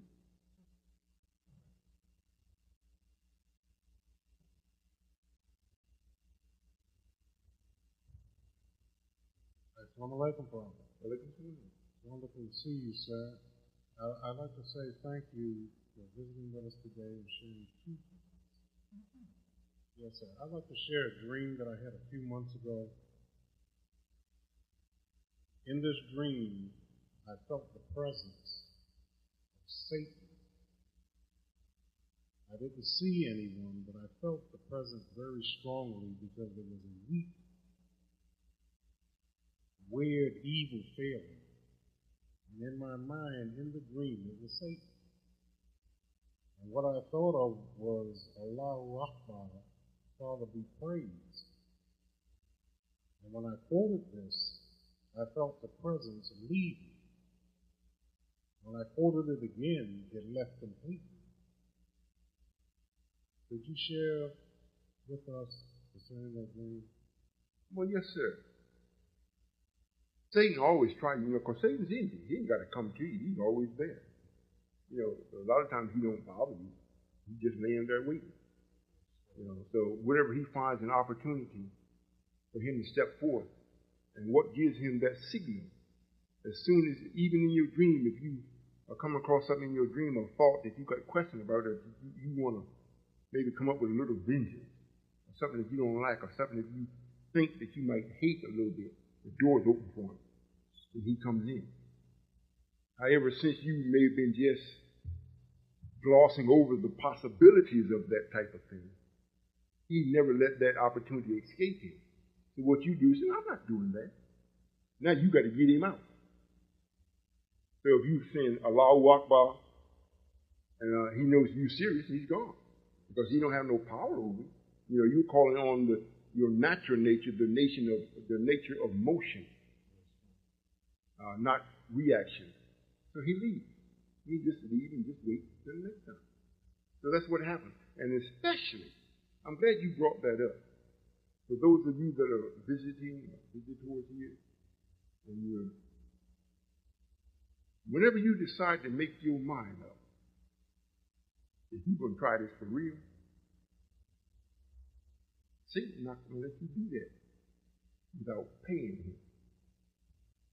That's why it's not to scare you, because he don't have no power over you. What he does, he uses other people that does have power to come to you to make you think that you get ready to get done in. Here lately, the parents has been calling up us, telling us that we got their children, we're in a cult, we won't let them call. What's our foolishness?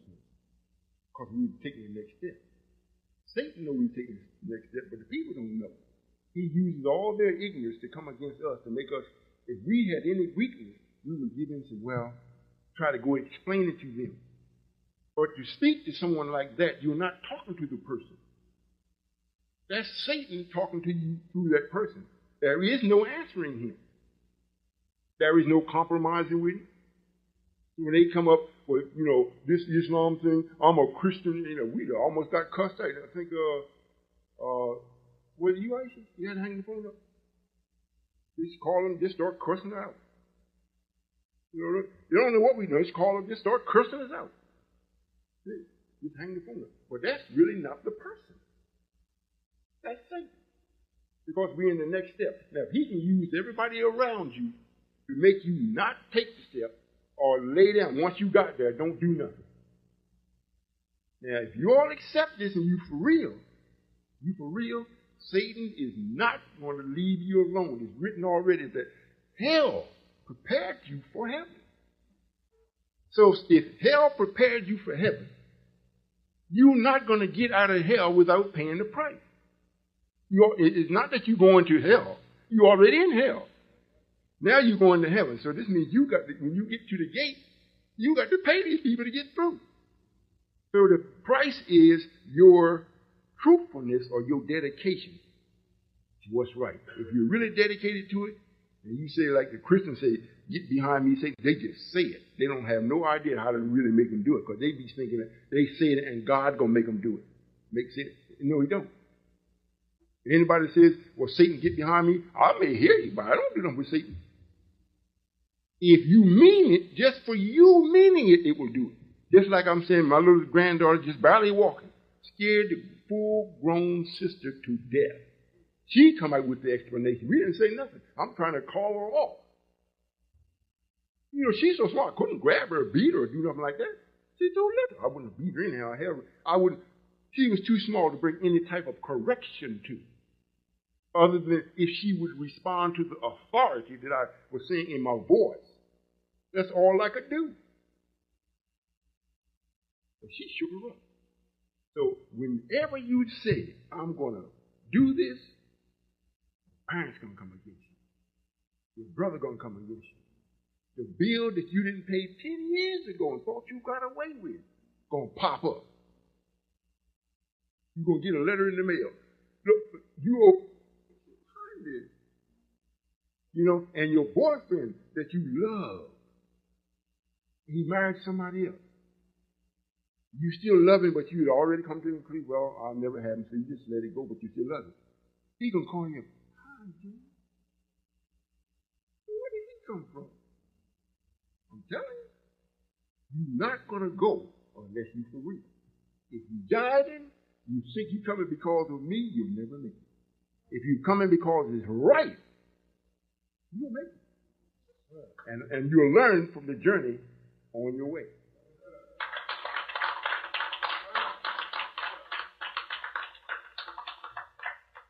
Yes, sir. Yes, sir. I'd like to also share one more dream I had a couple of years ago, in 95. And I was looking out of a window, looking at the moon. It was so pretty. Then all of a sudden, before my eyes, it turned dark gray. Then it turned dark red. Then it turned black. And then it exploded. And when it did, even in the dream, even though it didn't scare me, I pulled the shade down and I didn't close the window. Because in my mind, the dirt was going to fall to the earth. And I heard this shh. It was hitting the windowsill. When I lifted the shade to look at it, it was sawdust. You want to know what it means? Yes, sir. Well, to the best of my ability, what this is saying to me, you witnessed the leaving of the messenger. Was this some time ago? Yes, sir, in 95. 95. Well, by that time, the messenger had already returned. However, most people didn't know it. The moon is a reflection of the sun, or the wife of the father, or the mother of the child. It has no power of itself that actually gives light, however, it actually can reflect it. And the greatness of it was just the idea of the messenger being sick and about to leave, or this idea of him passing, because we thought he was never going to go. And then when it turned gray that way, then turned red, you said? Yes, sir. Then turned red. Then after the messenger passed, Wallace came in the anger that we had of what he was doing. You know, the moon had shone on us long enough. Now we could reflect a little light, or at least we could recognize the light when it was shining, and we seen it was absent. However, there was somebody standing in that spot that was really detrimental to the ones that didn't, or the ones that did believe. Now, for it to actually explode, that's, well, I would say that would be our anger. Or even the minister coming back at the beginning, in 1978, to start the call and reminding us again. Him coming back to start that. Then the light went out. After 89, that was it. That was it. If we're not teaching Islam the way the messenger taught it, you don't get it. It's black. However, if you really take a look at it, it's just a little bit. Minister Farrakhan or Minister Lewis has a little bit more weight to him than dust. You know, dust that you blow off the table. So it's sawdust. It's wood. It's a hypocrite, but he's all chopped up. You see? And the messenger said that he'd make Malcolm look like child's play. And I got to bear witness that he is bearing witness that the messenger most certainly told the truth. However, I've sawed him up. I've ground him up.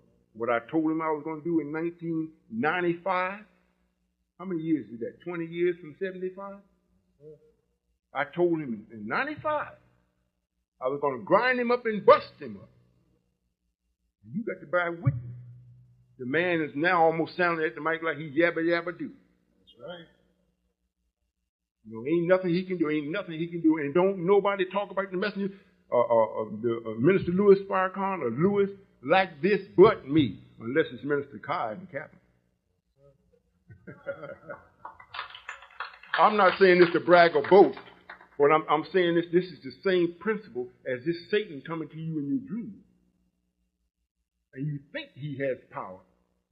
And you try to run and look like you just can't run fast enough. That's in your mind that he's gripping your mind with. And he's trying to get this with you while you're at rest. Here's the same character now that is awoke with you and is speaking what you would like to speak in your mind and see advanced in your behavior or in the behavior of the black man. However, it's never done in the way of advancement. But the speaking is always there. And it never produces nothing. So if you got something in motion and it never produced nothing, then it's a hypocrite to motion. It's a hypocrite to motion. Motion is supposed to always continually produce something. That's why it's not standing still. But if you see something, if you get in your car and you're sitting on the ice, you're just spinning the wheel and going no place. That is a hypocrite to motion because you're not getting nothing done other than wearing your transmission like your tire. So here you have a man that is supposed to be a man of God. And they say the characteristics of a hypocrite is like that of a tree. Wood is referred to as a hypocrite in the sense of a person. I have ground him to powder. So when you open the blind and you see it's just sawdust, these are words that come from him that has no power at all. None at all. Has no weight to it. The only thing you do is keep it out of your eyes. Ain't nothing else going to hurt you. That understood? Yes, sir. Now I don't want nobody to think that I'm saying this out of gloating.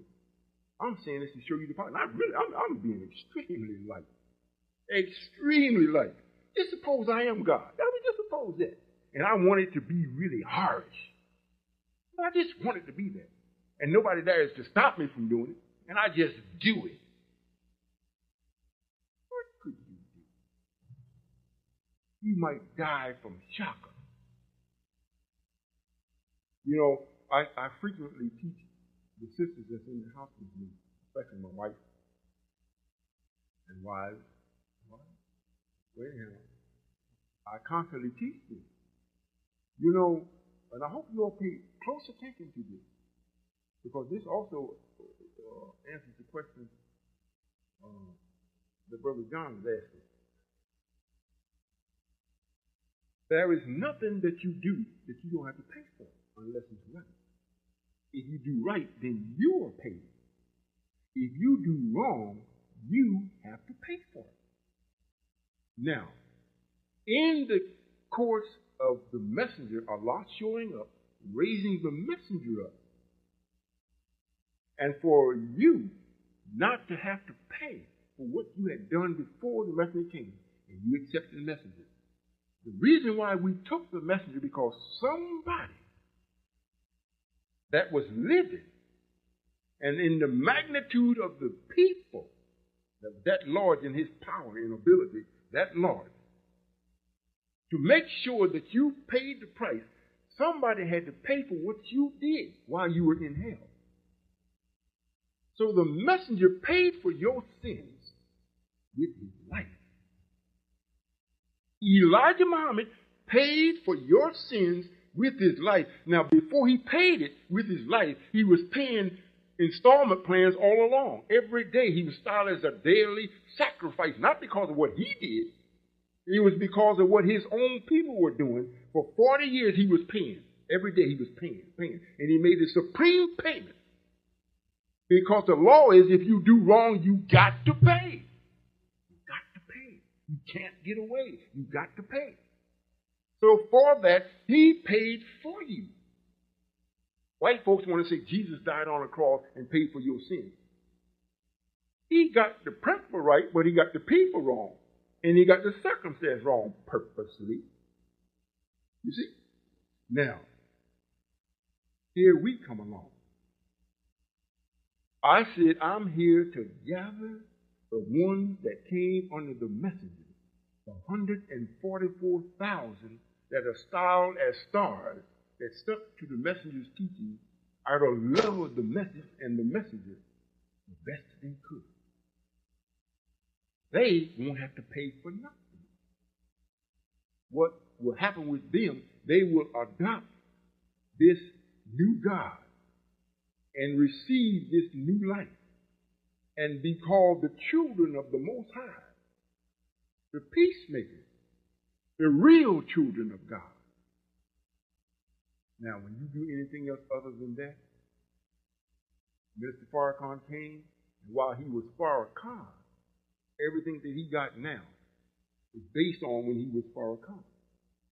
But since he turned his motion around into envy and hate of the messenger and a hypocrite to the message, everything that he required that he got under righteousness now has turned on him because he turned on it. Now it's a burden. He got to pay. Now, if I were to misjudge or to make someone pay for something more than what they're supposed to do, out of its proportion, which it reads in the Bible, Allah never puts a burden on you that you can't carry. And the reason why that statement is made, if I do that, I have to pay. I got to pay. I got to pay. It's like I slapped my own self. And I've done this more than once. I remember one day I was in Kansas, and I felt good. I mean, I just felt good. I felt so good I knew wasn't nobody there in who I was speaking with would understand. If I even tried to show them, they wouldn't understand. So what I did, I said, if anybody in here is sick, anybody, I don't care who it is, today I'm just going to heal you. Whether you ask me or not, I'm just going to heal you. And the brother got up, looked like he had dreadlocks. He had a staff. He came up and said a few things, and I said, well, I'm going to heal you anyhow. Just heal the brother. That was on a Sunday. Monday morning, he had an accident right in front of the Civilization Center. You all know where that is. Our building. We've never seen the brother before. Here he comes, has an accident with his car. Right in front of the building. Brother McMoon them goes out to see, heard this Lord, they run out to see what that is. Now the brother got all kinds of problems when he's healed. But he got all kinds of problems. He's about ready to be thrown out of his house. He hasn't paid his rent. He's fighting to death now because he didn't have insurance on the car. He don't have a driver's license. The police is coming. They took care of everything. We took care of everything. The brother came to the house. He needed to pay his rent. He had some children at the house and everything. He said, now this is the brother that I healed. A couple other people in the audience said they were healed too. They never asked. They told me afterwards that they were healed also. The brother came to the house. He asked, could he be brought to the house where I was at? I was in Kansas at the time. I said, bring him on. They brought him to the house. I said, well, I'm going to go outside to meet the brother, not let him come inside. Because they were homeschooling in the house and everything. I walked outside the house, and we had some like little stepping stones. We get to the garage, get to the driveway, whatnot. They had pulled all the way up in the driveway. They got out of the driveway and started walking back towards the house. I was stepping on the stone on the knee. I got to the last stone and stopped. He came up, he still had his staff and whatnot, and gratefulness was all over his being. He was just so grateful. He couldn't believe it. He hugged me. No, before he hugged me, he went to the step that I had stepped from, got down on his knees, and kissed the stone. Got up. He said, I love you so much, I kissed the ground you walk on. And his whole continent was saying the man wasn't lying. Now I'm thinking to myself, whoa, I don't create something. The brother hugged me and everything. He needed some money right then. I gave him what I had. I didn't give, no, I didn't give him, I gave it to him. You make sure he was lying to me. You go take care of what he said. So he went and did it. The brother swore up and down. He really haven't seen him yet. Now, just because I wanted to do it and he didn't ask me to do it, here we got to fix the brother's car. We got his car fixed for him. It didn't cost him nothing, but the brother was right there. So since he knew us, he fixed the brother's car for him. Now we helped him pay so he didn't have his lights and stuff cut off and he wasn't put out. But it cost me. You understand what I'm saying? Even I couldn't get away from the law. If you do something out of the law, somebody got to pay. I had to pay. So when you don't come to the temple and we study growing and you wonder why you're not growing, where's your spirit going, what's happening out here in New Haven, look like nothing ain't happening, Satan is talking to you and you will end up paying. You're going to the doctor, you're going to get some aspirin, something's going to happen. You're going to pay. However, everybody that has come up and asked me, and if I submitted to what they asked and I did it, I never had no repercussions. Never had to pay. I gave, they received, and the only thing that I received back from them, if I would call it a pay, would be praise and thankfulness. The brother gave me thankful, he gave me thanks and praise, and he kissed the ground, but because he didn't ask, I did it because I felt good. I had to pay. You see? I'm not going to get out and say that she's willing to pay. However, the reward is greater than anything your mind can come up with.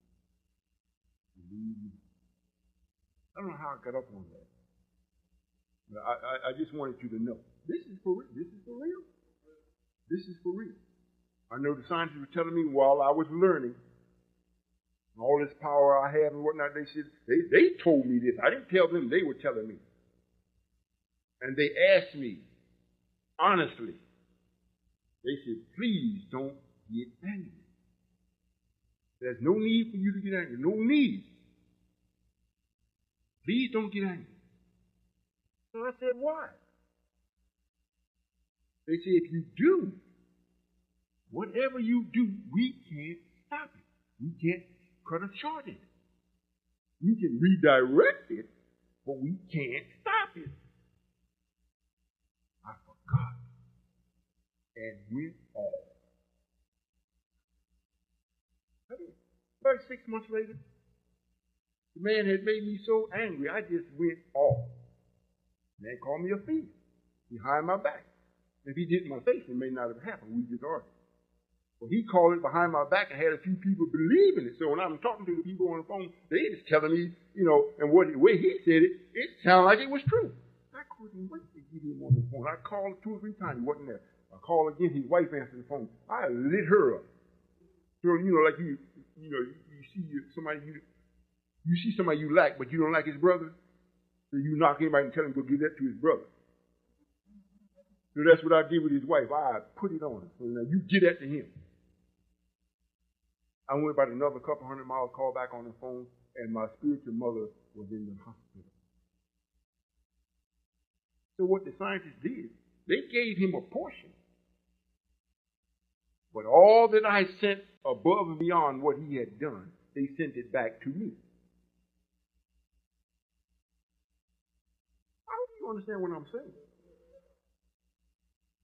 I went another couple hundred miles and called back. She was dead.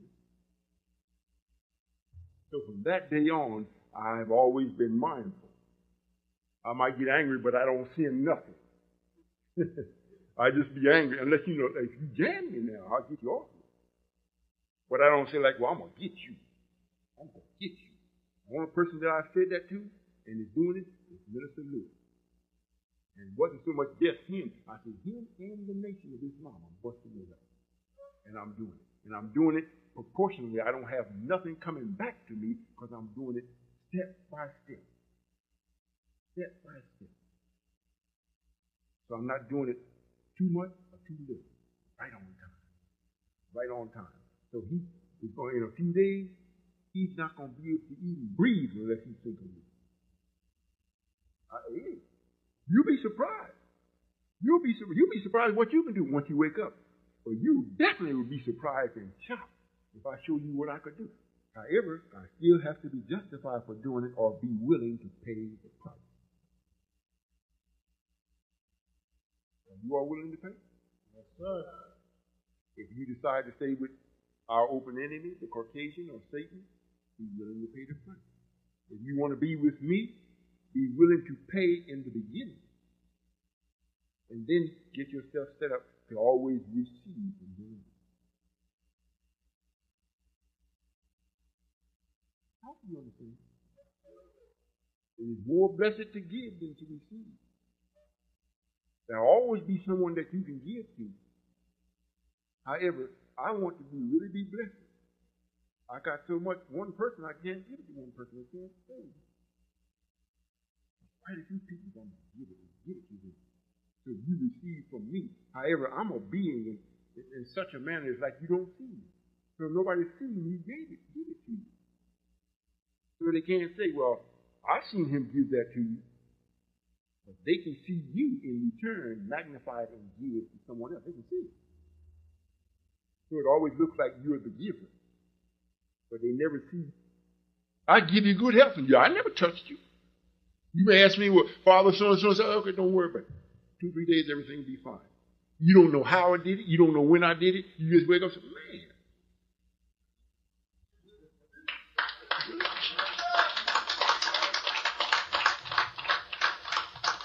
Yes, sir. That's it? Yes, sir. Thank you, sir. Assalamu alaikum. Wa alaikum salam. Isn't it wonderful to be home?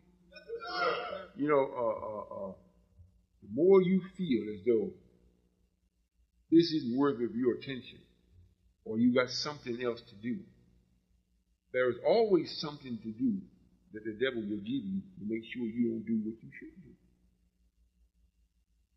It's different. You know, I won't say what you should do because you're going to do it. When Minister Farrakhan say, well, you should love, no, you ought to love me. You really going to love me. You ain't going to be able to help yourself. You're just not going to be able to help it. You're going to feel so good, you're not going to be able to describe it. You're going to feel so safe, you're going to want to go in and just break somebody's window just see what happens. For real. But you're going to have to try it. Yes, ma'am. Wa alaikum salam. How are you? Wonderful. Father, I haven't spoken to you in a long time. And I just want to say, all praise is due to you for helping me, bringing my situation to where it is today. And my family also. I'd just like to share our experience that I had a couple of weeks ago. And ask your opinion of why and how it happened, what is it about. And one night I was taking my sister home. It was like maybe around 8 o'clock at night. And all of a sudden, I was looking up in the sky, looking at this star. I always call it my favorite star. I call it the Mother Planet. And all of a sudden, I was driving, and it came down like a light. Red light on top and the flashing light like a globe coming down. and it's shaped more like an upside down ice cream cone, but there was a light all the way around it. And it just took my thoughts and everything away from me until I just was in tears. Every time I see it, I just feel in tears over it. I'd like for you to explain to me what it was that I have seen. You actually awoke when you see this? Yes, sir. I was driving the car around 8 or 9 o'clock that night, taking my sister home. We both share that experience. And this has happened more than once? This is the first time this ever happened to me. Most of the time, whenever we show ourselves to you in that form of communication or allow you to see us, it's either because they're either giving you something in your thoughts or they want you to see. A lot of times we be discouraged about doing certain things, and just the very sight of seeing it's almost like you're at your wit's end to try to do something, get something done. And you say, well, if I could just get to Minister Robert, if I could just see him, get word to him, I know this would happen. And while you talking about it, he don't even know you're in trouble. There he shows up. Boom. He's like, oh, God, I got it. But you still ain't even told him what your dilemma is. Just the appearance of it brings relief to you. So it's many reasons why they allow themselves to be seen by us. Usually it's just to boost or enhance your faith. We've been taught about it by the messenger. I've told you I've gone on it. They are waiting on you, not me. They're waiting on you all to be worthy of their presence. They are more anxious to be with you than you are with them because you don't have enough knowledge to know what you're missing. They be jumping, for real. They literally want to be with you. They want to walk with you and talk with you like I'm doing. However, they don't do things out of step either. If they come to do this, then they may do things that I don't do yet. And it may start to cause a little confusion between your father. He acts more like he's God and Father. This man is powerful.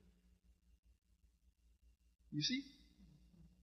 So to keep from bringing about confusion, because you don't learn what you should learn at the rate you should learn it, you keep them away from you.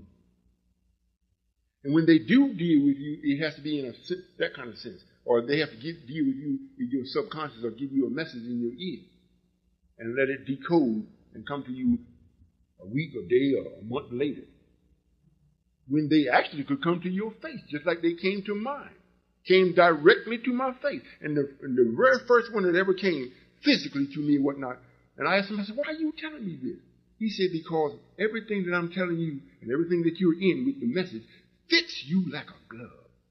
I had to bear witness because what he was telling me, I was getting a charge. In other words, the charge wasn't out of proportion, like I was going to jump up and go tell the world. Just to know that it exists and it's possible fit me.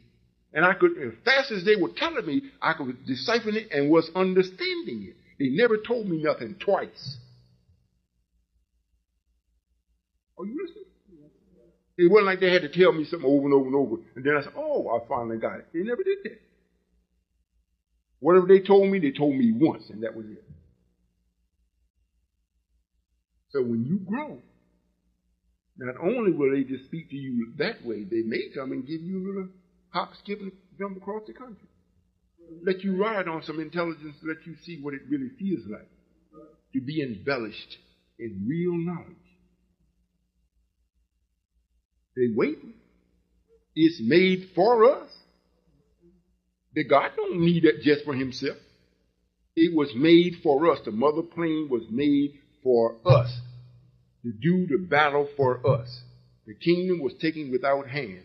I'm building this nation as what is written in Solomon would do, without nails, without hammers, without sounds. I'm dealing with your thinking.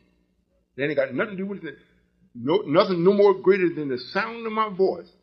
Whatever hammer you pick up and use because of the voice, that's what you're doing to bear witness that you've heard this.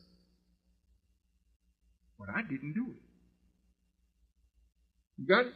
Yes, sir. They are actually waiting. When you say all praise is due to Allah or thank you, Father, that's very good, very good. However, it's always written about. Whenever you see me or see any angel that's before you representing God, there's a host of ones that you don't see. And they love me and love you.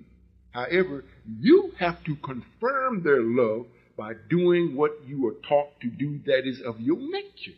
When you do that, this makes them, gives them the right to love you. Like the brother, I said, I didn't have the right to heal the brother. I didn't have the right. So I had to pay for it. So if you're going to think right because you love right, then whatever they want to share with you or give you, then they are confirmed in doing it. They didn't do it outside of you asking them. You understand? Does it not read in the Bible, ask and you shall have? It didn't say, well, I'm just going to give you. It didn't say that. If you understand that. I don't know their specific reason. However, in general, I know why they do certain things. I'm not looking directly into you just to see what you are, what importance you have for the time which they are or have done. And they're doing whatever is necessary. I would take it as a blessed event. One more question. We just request that if you just bless me and keep me and this diabetes that I have, let it lay down over my system, and bless me to keep my health. And as you have blessed me with a beautiful common event, we are now hope and pray that everything will be okay with us. Absolutely. All right.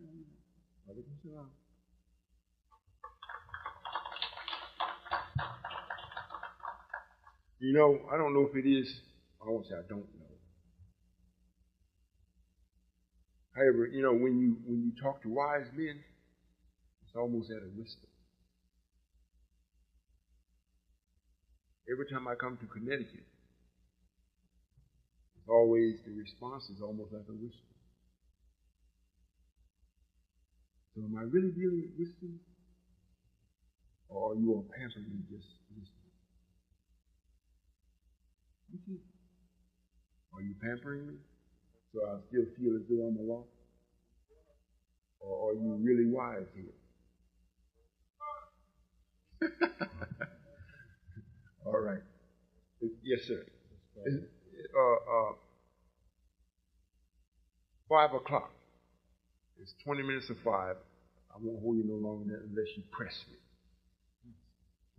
So if you have any other questions or whatnot, go. Yes, sir. Father, I also had a dream a while back that I'd like to share. The dream took place in a large house, and it was somewhat of an antique house, sort of a Victorian house or that style, older style house, and it had a lot of antique type furniture in the house.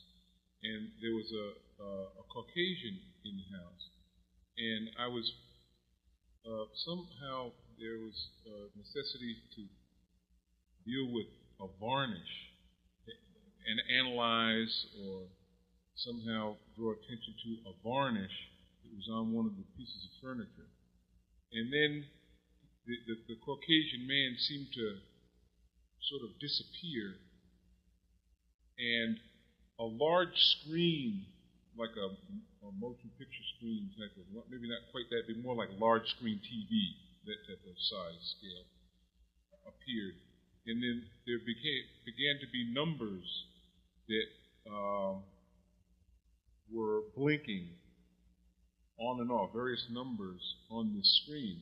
And I knew that the numbers, there was a relationship between the numbers and the knowledge or aspects of the varnish itself. You know, the characteristics of it, the viscosity of it, or the color of it, or all of the different knowledge concerning this varnish was part of these numbers that were blinking on and off. And then the numbers began to increase very, very, very, very rapidly. And to the point where it got beyond the issue of the varnish itself, or it became infinitesimal detail concerning it.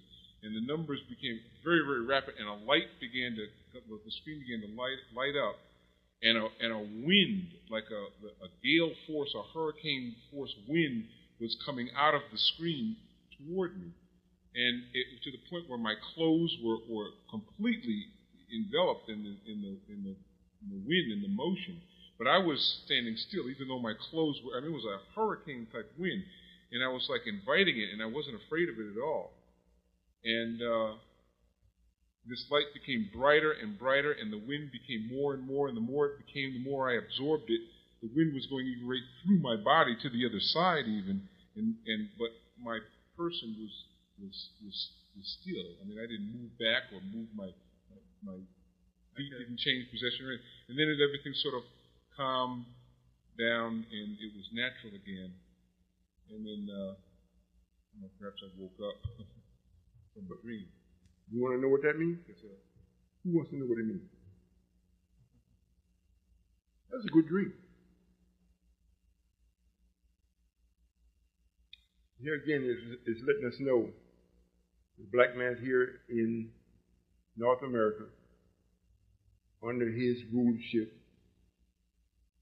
the ancient people are here. And he has something to do with the varnish or the scale that he put over us or the covering. Now, the numbers that's coming up are the ones that started to be come out from underneath of this law or rule that he was in, or under his rule, under his hypnotism. That was during the time of the messenger. It started to come out. Now, after the messenger passed and I showed up, now the numbers are beginning to run even more rapidly. It hasn't started yet, but this is what's going to happen. First, they say it's in the Bible, 144,000 they seen going with the Lord. Then, there was a number that no man could count. And they didn't say, in a few years later, they say, and then, like almost right away. Like you said, the numbers got going real fast, rapidly. And this light, and then this wind came. This is what we are doing. This is what I'm doing. You're part of it. And it's everybody that's in agreement with it, it's not a harm to you. You know, you're in agreement with it, it's in agreement with you. However, everything that's not, it's going to blow away until it's almost swept the house clean. And there's no more need for that type of power or wind, because everybody is in motion now, not being hindered from filth. And the white man has vanished. He's gone, because he's no longer really exists as far as what we're doing. He don't exist no more. Not that he's not here, but he has no power, like we are with him. Now, I won't say the ones that's with me are with him, but the black man is with white people. So it's like he don't even pay black people no mind. That's why he can take a plunger and just ram it up the brother and just mess him up. Because in his mind, he ain't nothing. If he kill him, he ain't lost nothing. The man is that, but he don't even really exist. The same acknowledgement will happen with the open enemy. Because once you taste a bit of that type of power, nothing else exists. You can have a vision, and the vision be so detailed and so powerful that if you tell it to somebody, they tell you, "Oh man," you might say, "Yeah, you don't know." I know it's going to happen. I know it is. Just from the vision, the authority in it, and the rightness of it. So that's what you've seen. You've seen what was, what is, and what's going to happen. And then the Bible talks about this, the cities rang again. They piped with pipes, harps. They rang. Everybody was happy. That's what you saw. All that motion, all that light, and the bursting of it. I know the scientist told me, when you get started, see, when you get started, not that I haven't started yet, I'm still making preparations. I'm getting the engine all tuned up. I'm putting everything, making it shine and sparkle. I'm making sure I armor all the tires. Everything is just so. I just turned the key on, fired it up, and, well, I ain't moved no place yet. Everybody's hearing it. Oh. Ooh, something's great there. But I ain't dropped her in first yet. When I do and chomp down on it, you will see nothing but smoke because the power is going to be transmitted from the engine to the wheel. And then you're going to hear all this. So much power that the car can't move fast as the power is being delivered to the wheels. This is the same thing with us. The scientists say when you start, it's going to be like striking a match. The messenger said it like this: you'll grow so fast, black man, it'll look like you was never down. So that's what you see. That's the dream you saw. And if I missed it, don't tell me. I'd much rather see it this way.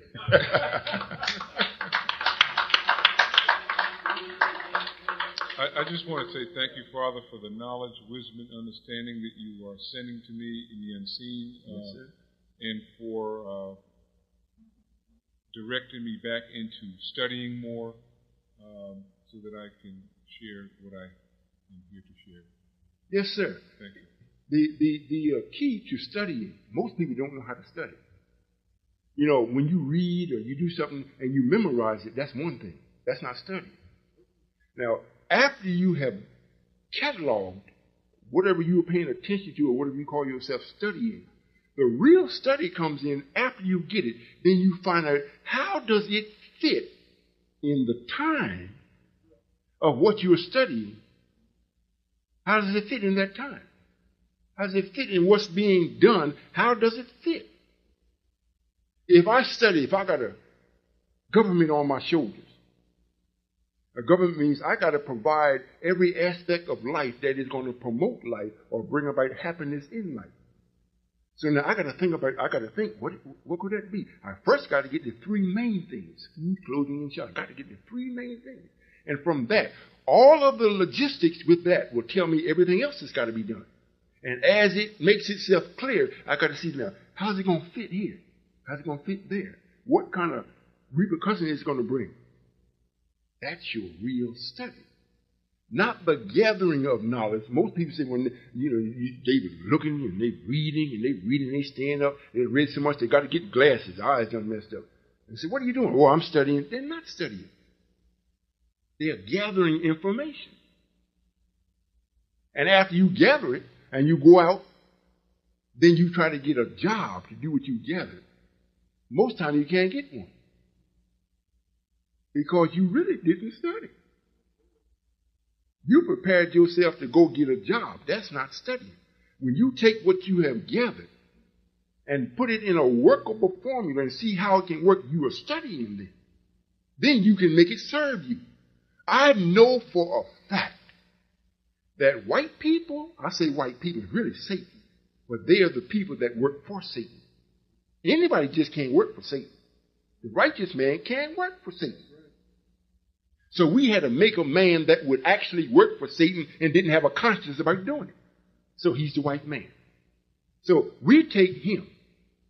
He is not going to allow you to go and study something that's going to make you independent of him. He will make you parrot him. Make you a servant of what he's got to do. So we know he's not going to allow us to take anything that we've gained from his world and actually study it to make us independent. So now what we have to do, we have to, starting with one, which is myself, start to put into motion freedom for myself. Now I study it. Now if I do this, and I go to Connecticut, who will I be able to get to be with me? What do I have to say to entice them? What would I have to do?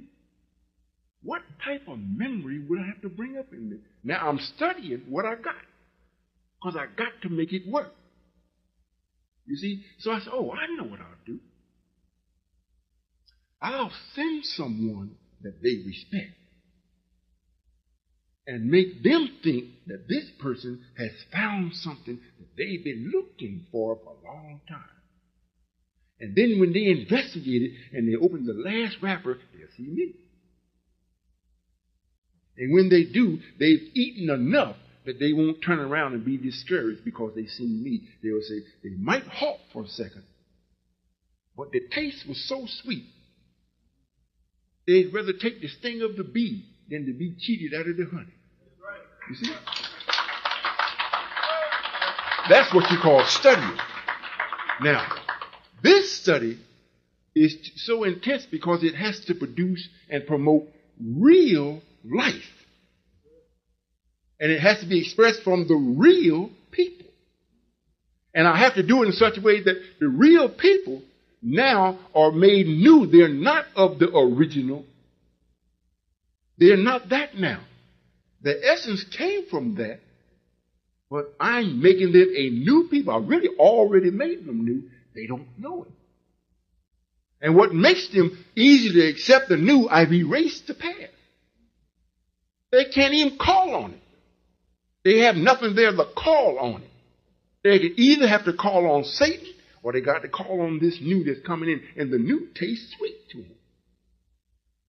So yes, I'll put that in motion. And to show them that it gets better and better, I'll keep telling them and showing them, look, what you have, give it to yourself. Now, taste this watermelon. Grown from your farm, brought to you on your transportation. The driver is your brother. The God that touched it is your father. Tell me you don't like that. That's real study. Will you say so? If I didn't have the knowledge, I wouldn't even have it to study. So if I didn't have it to study, you'd be the same way as Minister Farrakhan. How many people has eaten watermelons from Farrakhan's farm or Lewis? How many? How many cans of salmon have you eaten from fresh waters that he's brought in for you? How many bags of beans have you eaten that he's grown for you? How many buses have you taken around the country that he has produced? You mean to tell me 20-some years and you haven't experienced it? Is it because he didn't produce it or you just didn't experience it? And I've only been here a couple of years? You tell me if I'm studying or not. Right. Now, the real study is I've studied so thorough that I even have the angels in love with me. So much so they say, just say it. Just say it, and we'll do it. Remember, they can't break the law either if I don't ask them. They may even get angry with me. They may set up situations to make me ask. You know, say, this boy, he just, why won't he ask? You know, how many of y'all seen Never Ending Story? You remember at the end, you know, the whole kingdom was just going away. And she was almost ready to die. Why won't he ask? She knew, but she couldn't tell him. He had to ask. And so if I ask, 4 winds, break loose on the nation. Come against it for the express purpose of bringing back the oneness. Not no 3 and 4 nations, the lost found nation of of Islam in the West. World Community of Islam in the West. The Nation of Islam. The United Nation of Islam. Wait a minute, that's too many nations here. You see? We're all supposed to be after the souls of our brothers and sisters to make them independent so that the world and they themselves can see their own power. It's much like seeing your child take its first step. They may walk for a couple of days like they drunk. And you almost be trying to, in your own self, you wavering with them, trying to keep them balanced. But you're so happy that, they almost look like they're going to hit the wall. And they give you them stakeouts to be coming to you, then make a sharp turns and whatnot. You say, oh, boy. You almost have a heart attack, but mom was sitting there cool. Like they don't even faze her. And you be over there nervous. But you see they making it. You say, oh, man. The next couple of days you come back home and whatnot, they almost running. You grab them or hug them and kiss them because it makes you happy to see they mastered that. That's something that they need to know how to do. It's walk. And they have mastered it now. So you show them your gratitude by showing them their love, or give them their love, or give them what they're mentally capable of receiving and understanding what they're receiving. You give it to them. So this is the same thing with you and I cannot wait. The scientists can't wait. They can't wait. The messenger even used to say, they used to come to him and say, hurry up, Elijah, hurry up. We want to get busy. Hurry up. And he hears another man come up after he reminds you. And then turn you around. So much so that you don't believe what I'm saying. And I'm caught in a quagmire, so to say. If I show you the way you want me to show you, you won't be here no more. So I got to suffer you until you see. And if I do away with him until you see, then you still going to be on me. I still got to suffer. You're going to be blaming me. If you had just left the man alone, would nothing happen? Somebody need to take you out. How would you like it if they did that to you? That's what I would be hearing. However, you're so backwards and not knowing what's happening, you're being killed daily by this confusion that you think is from God. But you don't see it as being confusion. However, what have you received from the Nation of Islam? I know what you received from Wallace's camp. Nothing but propaganda. But the minister was supposed to be more pure than that. More pure. Not the ancient. He came with the messenger reciting the message that gave power, that showed that this message stood in the face of our open enemy and they couldn't do nothing about it. And the little teeny man that did it, they couldn't even, like they said in Pharaoh or Moses, or what was the Ten Commandments? You couldn't even kill him. You see? Now, that's the type of power we were accustomed to. Everybody that was in the Nation of Islam, when the messenger was with us and was operating in the Nation of Islam, I don't care if you was a cook, if you sold papers on the street, you witnessed this power. The police would let you go where you wouldn't let other people go. You go knocking on doors, people come acting crazy until they see you. Then they start submitting. All this is power that we witness. And the minister's seen it himself. We were seeing when they broke into the temple up there in Manhattan. Wasn't you there? Were you in the nation then? You came right after that? Well, everybody heard about it. They come with the guns and whatnot. They couldn't shoot nobody. He's seen this. We go in the courtrooms and they want to shoot us down. We take the guns and shoot them.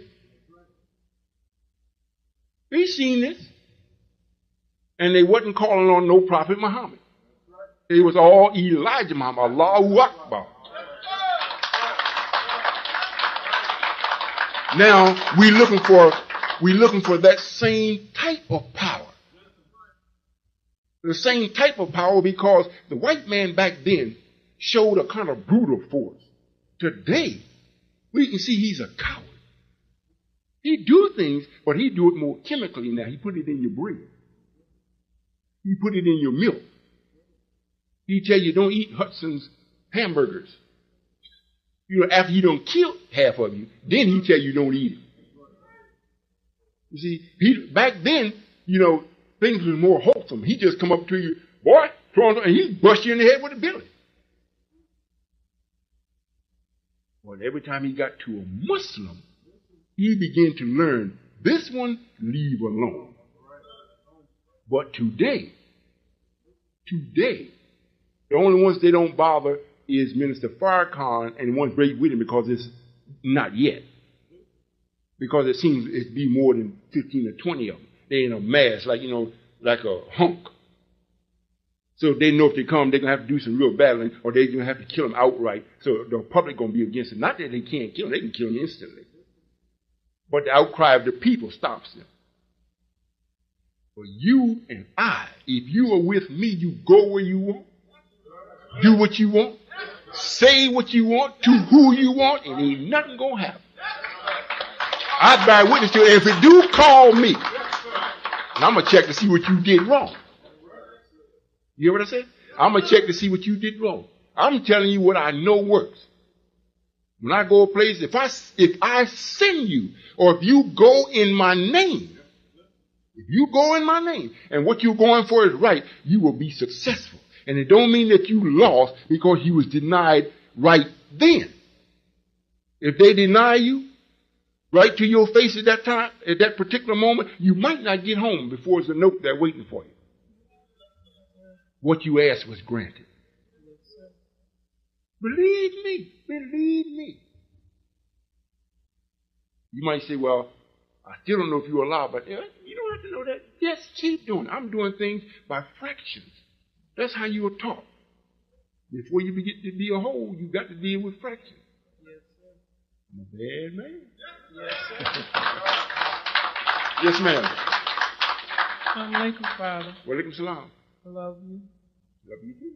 And I just want to thank you for the blessings you gave me for my leg and my eye. Mm-hmm. Last time I saw you, I couldn't see you. I saw shadows. This time I can see your face. And I really thank you for that. And I would like to know the meaning of my name, Minnie Ruth. I never told you? No, sir. It's Minnie who? Yes, sir. Minnie Ruth. Minnie Ruth? Yes, sir.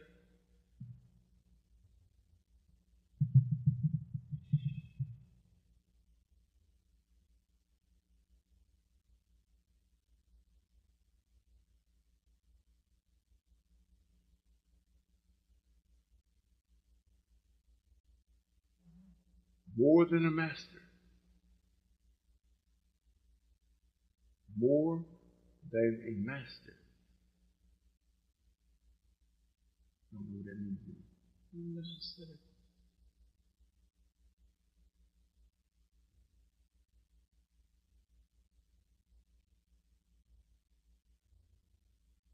Whatever you put your mind to, not saying that you actually do this, however, this is the meaning of the name. If it fits you, this is what will happen. This is what you will be experiencing if you haven't already experienced it. Whatever you do, you have a nature about yourself. You don't give up until you actually do it. After you do it, it may not interest you any longer. You may drop it right then. However, whatever you put your mind to do, you can actually do it, even if that's going to rob a bank. You can do it and get away with it. I'm not saying go do that. But that's what it means. More than a master. It's like let me put it this way, it's like guaranteed to be a master. You understand? Yes, sir. That's what it means. Now, if you accept that meaning and try it, in the birth of this baby coming from this devil, which is us, into the light, will be a big help to us. Yes. The cry won't be so hard and the pain won't be so long. Yes, sir. All right? Yes, sir. Thank you, Father. Yes, ma'am. You're welcome. Love you. Love you too. Is there anyone that has never asked me a question and would like to ask something? Now's the opportunity. Next week. Is it next week? Next week, I've been invited to California. I have 2 stops in California. And then after that, I've been invited to Detroit. I can't wait to get there. I just might act naughty when I get there. Let me see. And then after that, I've been invited to, I think, Lincoln, Nebraska. That's the opinion. However, there's quite a few places now that's seeking for my presence. And it always looks like before I start something, I always come up here. I don't know why. Maybe y'all giving me something unseen. I don't know what it is. However, as one nation or one step falls or goes away, another got to take its place. The real nation is coming into being now. You know, if you notice, a lot of churches are being built now. Big, beautiful looking churches. They're about to start to invite me into the church. And the scientists love me so much, they don't want me in them pig, hog-ridden churches where they done cooked and then breed pork all over it. So they building nice big places for me because there's too many little churches for me to go and actually serve the people. So they're causing them to build great big places. And when they invite me, the whole community can come to a church, not where we go and pay to some community or to some convention center. It'll actually be a house that was built for me, although the ones that's building it don't know it. They're saying it in their mind, this is the house of God. Well, I'm actually going to go there. They're going to invite me. I'm going to be going to many churches, and they're going to be new and clean. Just like, you know, when the messenger first passed, just before he passed, the devil was so certain that this was it, that he wasn't going to rise no more. He quit doing everything. He let his roads go to hell. He let his houses go to hell. Everything just went. Like in his mind, well, damn it, if Elijah's going to make it and them Muslims going to make it, we ain't going to give them nothing. They just stopped doing everything. You ride down the road, you bust your car. Any of y'all remember this? From about 75 to 78 into the 80s, the roads was terrible. Even up here in Connecticut, didn't a bridge go down and the bridge on the road just broke.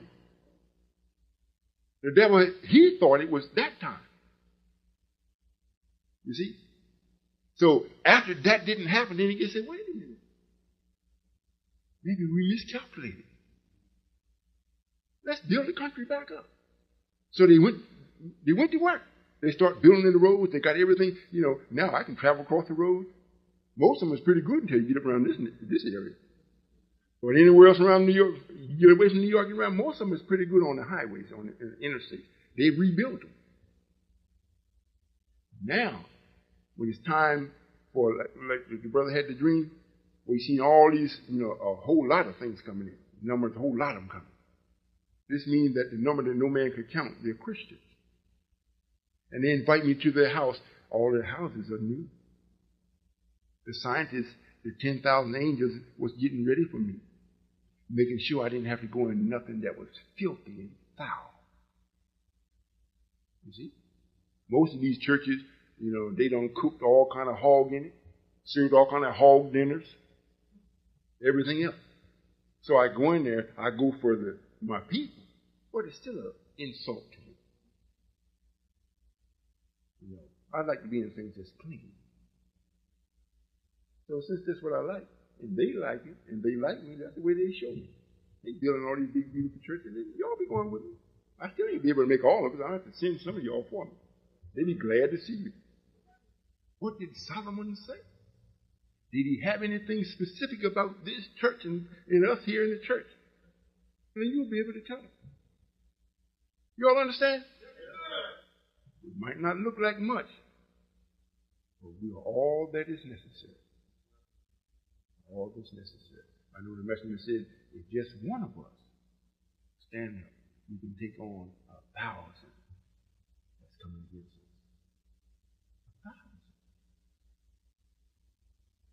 1,000. One. Take on 1,000. And 1,000 will lose. Isn't that something? Yes, sir. Assalamu alaikum. Wa alaikum salam.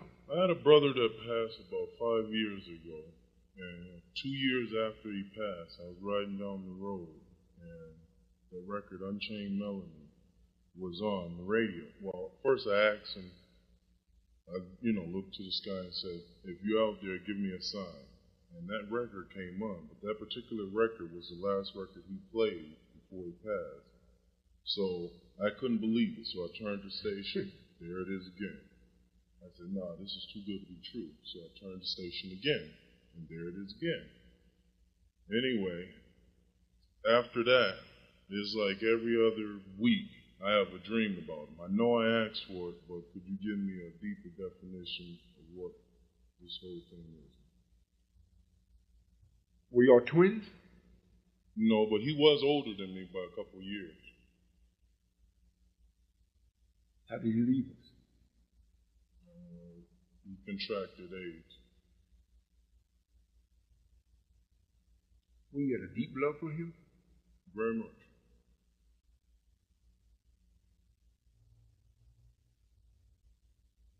Well,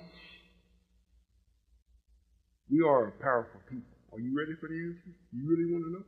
I'm ready.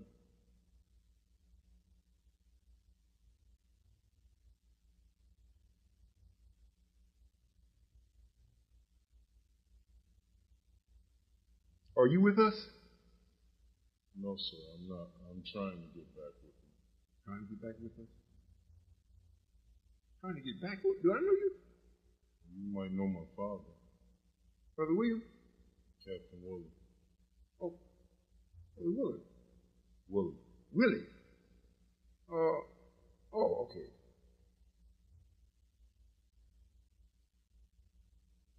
So that was your son?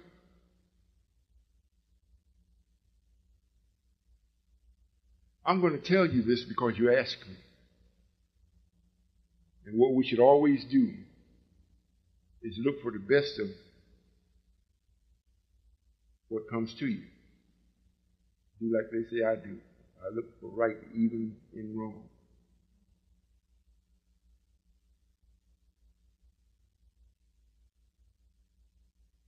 You know, it is a burden if we allow you to remember loved ones that's passed on in a way where it keeps your love for them current. We are the gods of life and not death.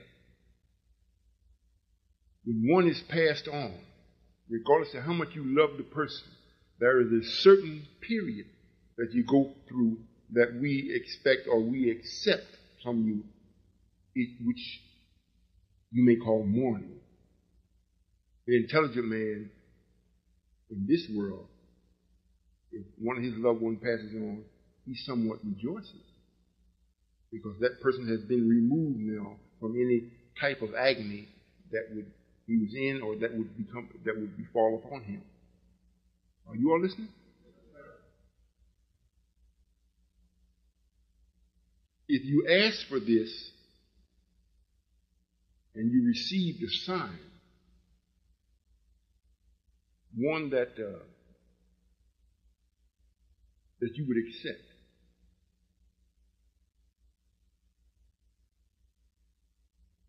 and if it's for no more reason than just for you to remember, then we didn't do it. A lot of people are healed from their sicknesses or illnesses by the God of sickness. Allah is not a God of illness or sickness, nor does He prescribe a time for your death. However, He promised the white man or the devil or Satan time without interference from him. Allah will not interfere with Satan, and He will allow him to be the God that he is. And we gave him power. which makes you able to give Satan power. Whether you like it or not. You give it to him and don't even know you're giving it to him. You see a lot of people on TV, the preacher touch them, they fall out and they healed, and or some person say, well, I was riding in the car and I asked Jesus to do this and I was almost getting ready to get hit, or they ran into me and nothing happened because I prayed to Jesus. The church, or this Christianity, or this way of life, whether you go to church or not, we didn't break our promise to Satan. Most of the things that happen to you in the way of healing and what you just asked for, Satan does it in our name.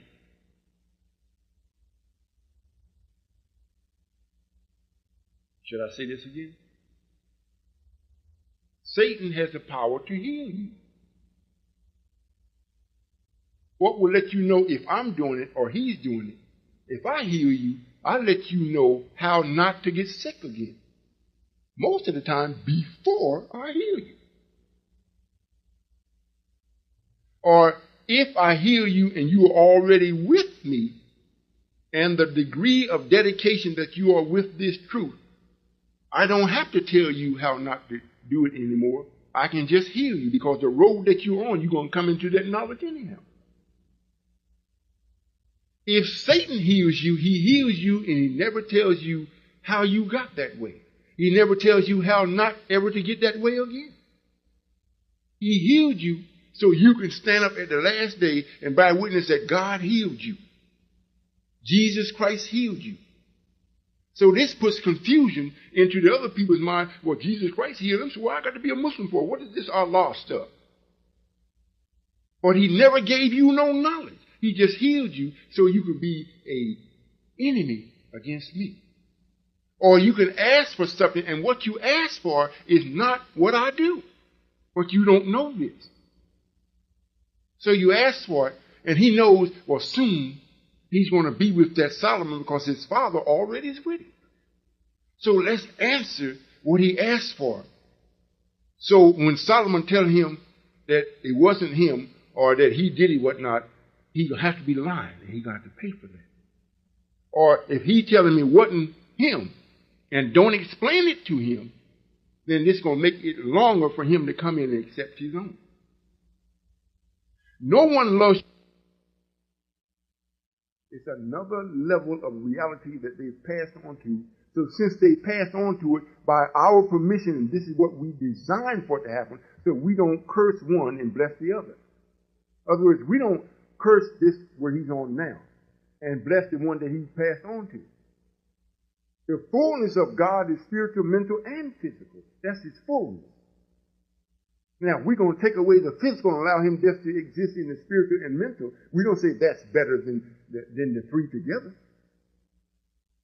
You see? So now, if he's passed on, both of these are great to us.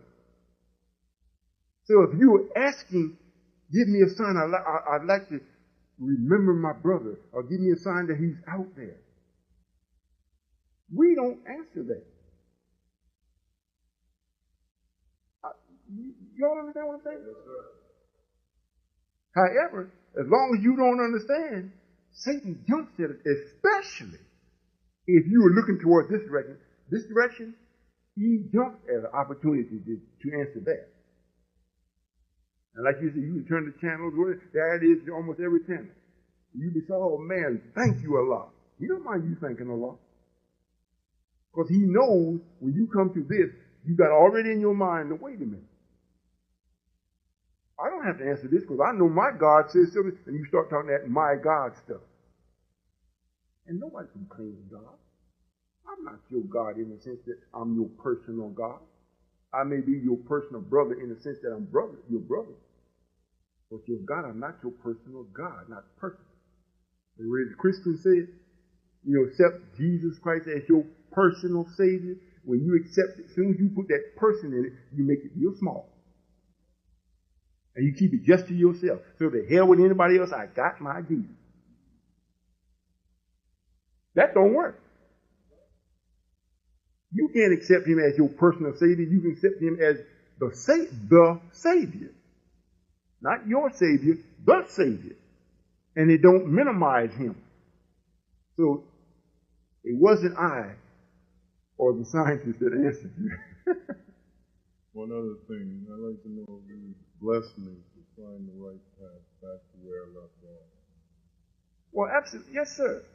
That's being done by degrees now.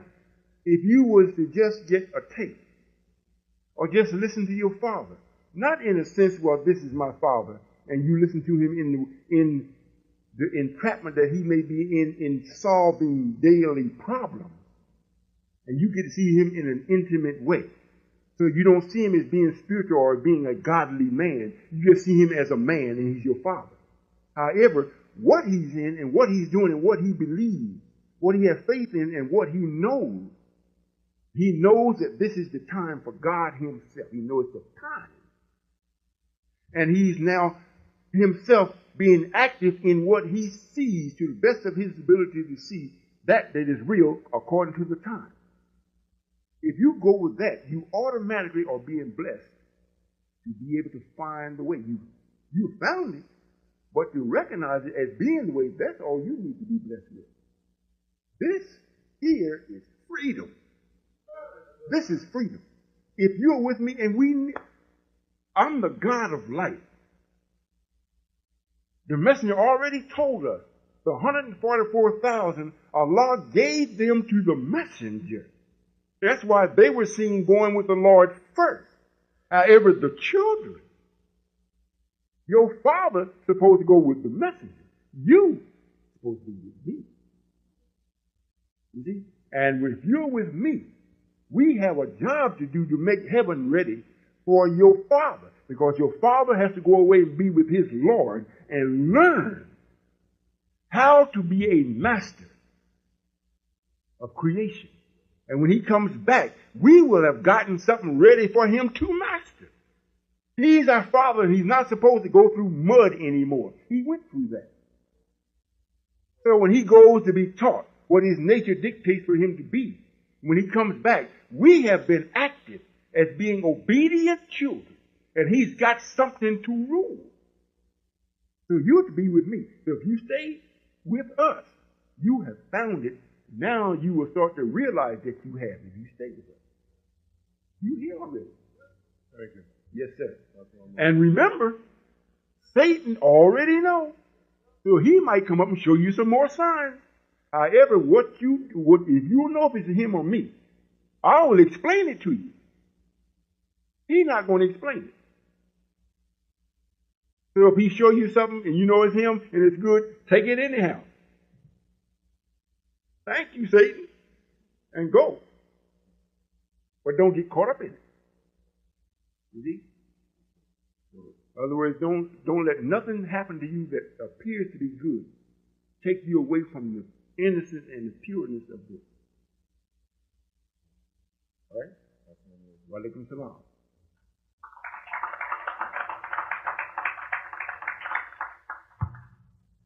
Well, I love you all. Make sure that you go and you tell someone about this. Don't keep it to yourself, even if you have to talk to yourself, because there's always two there, you and Satan. And Satan will hold a conversation with you. Just don't let him be the authority of the conversation. Yes, ma'am. Assalamualaikum, Father. Walaikum salam. I don't have a question. I like to comment. First of all, I'd like to thank you for being here. And I also would like to thank you for my husband. He is teaching me and showing me things how to better myself. And I also would like to thank you for the new person here. Walaikum salam. You know, so you all would know. Once, we have ministers, captains, lieutenants, secretaries, the fruit of Islam, and the fruit wife of God's wife, the MDC, the GCC, the mother of our civilization. These are posts that is to be handled or carried out or fulfilled. Once you start taking on Eastern religion, wipes out all those posts. If you're Sunni, you don't have no captain. You don't have no minister. You may have an imam, but there is no structure set up. So since the minister has gone eastern now, Minister Lewis I'm talking about, has gone eastern, the house is vacant. Everybody has been given the pink slip. They've been fired. However, it is still necessary that this be carried out. So now, the only one that has those posts is me or Silas. But Silas is not doing anything. He's still waiting for us to make a move, and then he will make a move. And the greatest move, you listen? The greatest move that he's waiting for me to make is to get the nation back. If you notice, in his mind, this is how he's seeing this. He's heard the tapes that I say he's Satan, and bore witness that he's Satan. But Satan don't mean nothing to him. What he's doing is this. It's already in his mind, it's already documented, it's already prophesied that Solomon was the one to rebuild the nation or build the nation. Solomon did it, not the Lord. In his mind, I'm the Lord. So I will wait until Solomon builds the house, and then I, being the Lord, will take the house because he built it for me. I'm telling you how you think. You don't ever hear Solomon say anything about me. If it is, it's real light. They don't really even discuss me too much. Matter of fact, don't too many people say anything about me, period. Not even the minister. I talk about them, all of them. But that's how he's thinking. It's written, if you read about Solomon, Solomon built the house. Is that right? He built it for the Lord. Is that right? Solomon says he is the Lord, so he's not supposed to build it. I am. So he's cheering for me, man. Hurry up and build it. This may seem simple to you, but this is what's happening. However, what I'm building is not a house. I'm building your thinking where no man can enslave you. And nobody had no power over you. Nobody, not him and all of his angels with him, can't touch you.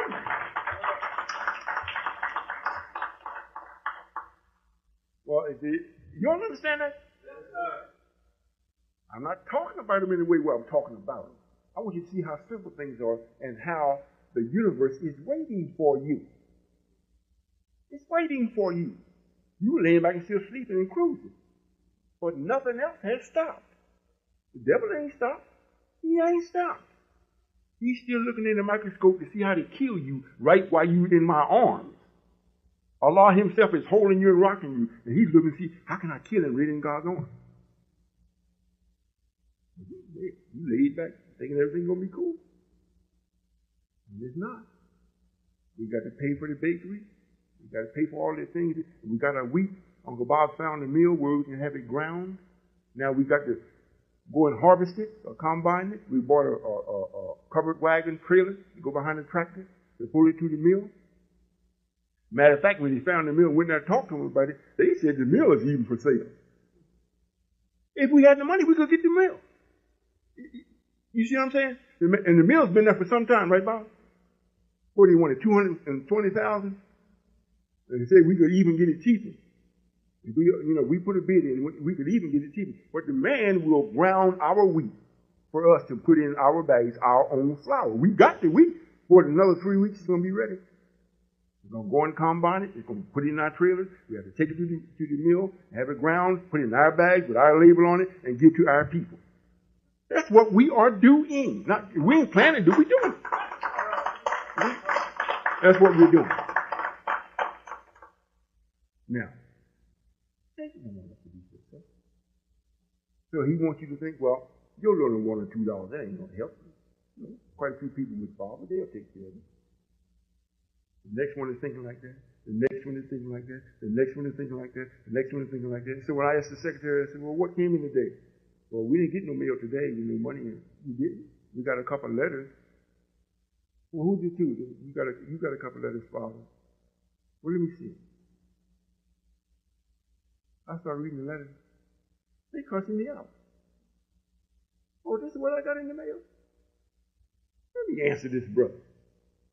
You know, every time you write a letter to me of acceptance, you know, if you want to be with us, you got to write a letter. Unless you were born in Islam and you're over 16. You know, then, if your parents, well, don't even do that. However, when you write the letter, we critique it. If you write and you didn't dot the I, you don't accept the letter. If you abbreviate your name or your state or your street, you don't accept the letter. We mark it off everywhere where you made error and mail it back to you. And so you will see, we cannot accept error when we send you the letter as to how it's supposed to be written. You're to write it exactly the way that the letter is that we sent you. If you don't do that, we send it back to you already showing you where you made the error. Some people get mad.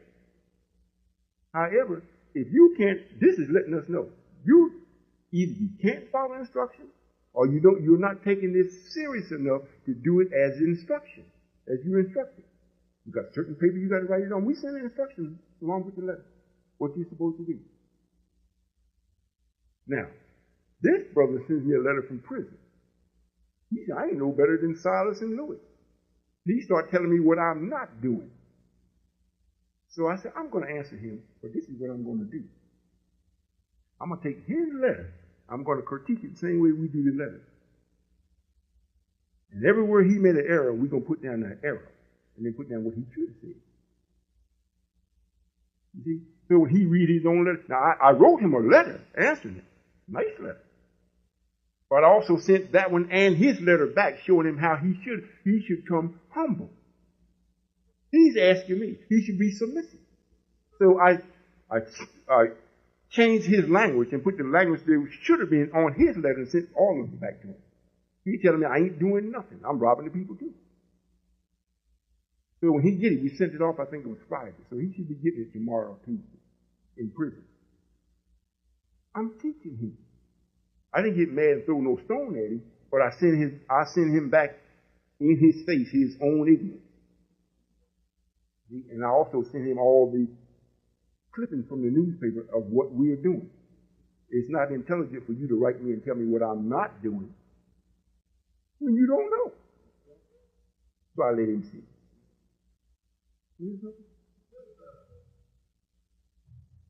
Yes, sir. Assalamu alaikum, Father. Walaikum salam. Thank you for coming out. It's a pleasure to see you again. I wanted to thank you. I don't ask too much. Every now and then I ask for parking space or something else, but I did ask to have my family here, and I'm just happy to say 4/5 of my house is water, and all the water's in the house tonight. All praise be to Allah. Yes, sir.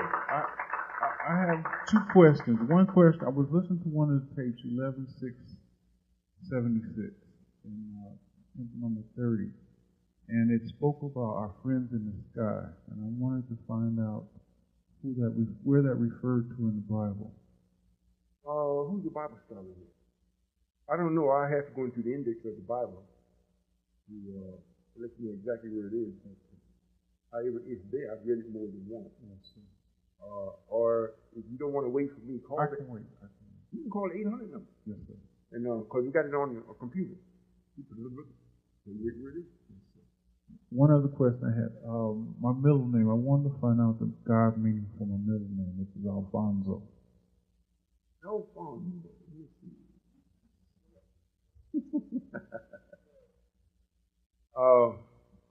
And what it means. How does it represent me? How does it represent you? Yes, sir. Well, very seldom I answer the same thing the same way. Yes, sir.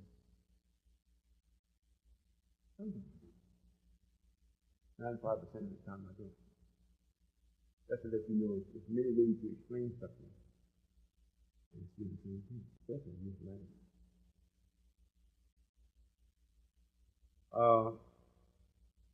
With you, it means a ways to go.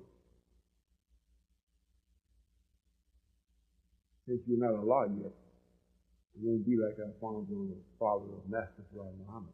You know, Allah preparing a way for us to go. It means you got a ways to go. However, you're in the right track, you're in the right time, you're with the right people, you got the right God. It only means you got some motion that you can be happy with. Thank you, Father. Yes, sir. Walaikum salam. Everything except me has a duality to it. If you accept the positive, you can see the negative, but don't accept it. If you accept the positive, everything you do will materialize right for you.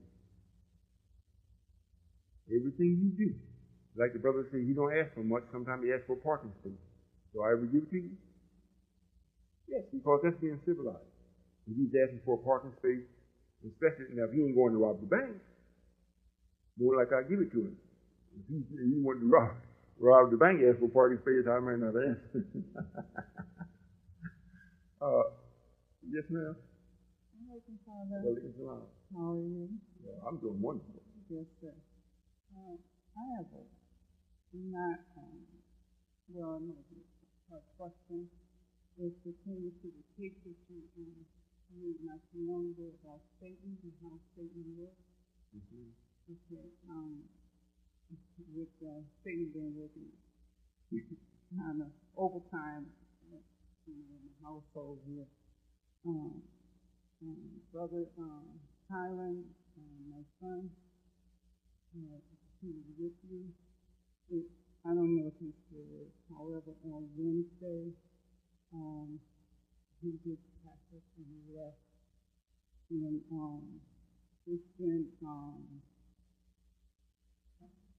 off and on battles. You know, he works every day, which we work together at automobile center, which he's a mechanic, and which I take care of customers and customer service. And lately he hasn't been coming out to the center. He would always find different kind of excuses and not be here. Friday, when I saw him, and, you know, just basically talking with him of why, you know, Satan has, you know, turned him in another direction. So my question is, how can we turn him back and get him to understand how Satan works within himself? Well, in your particular household, what has perpetuated this type of situation is personalism.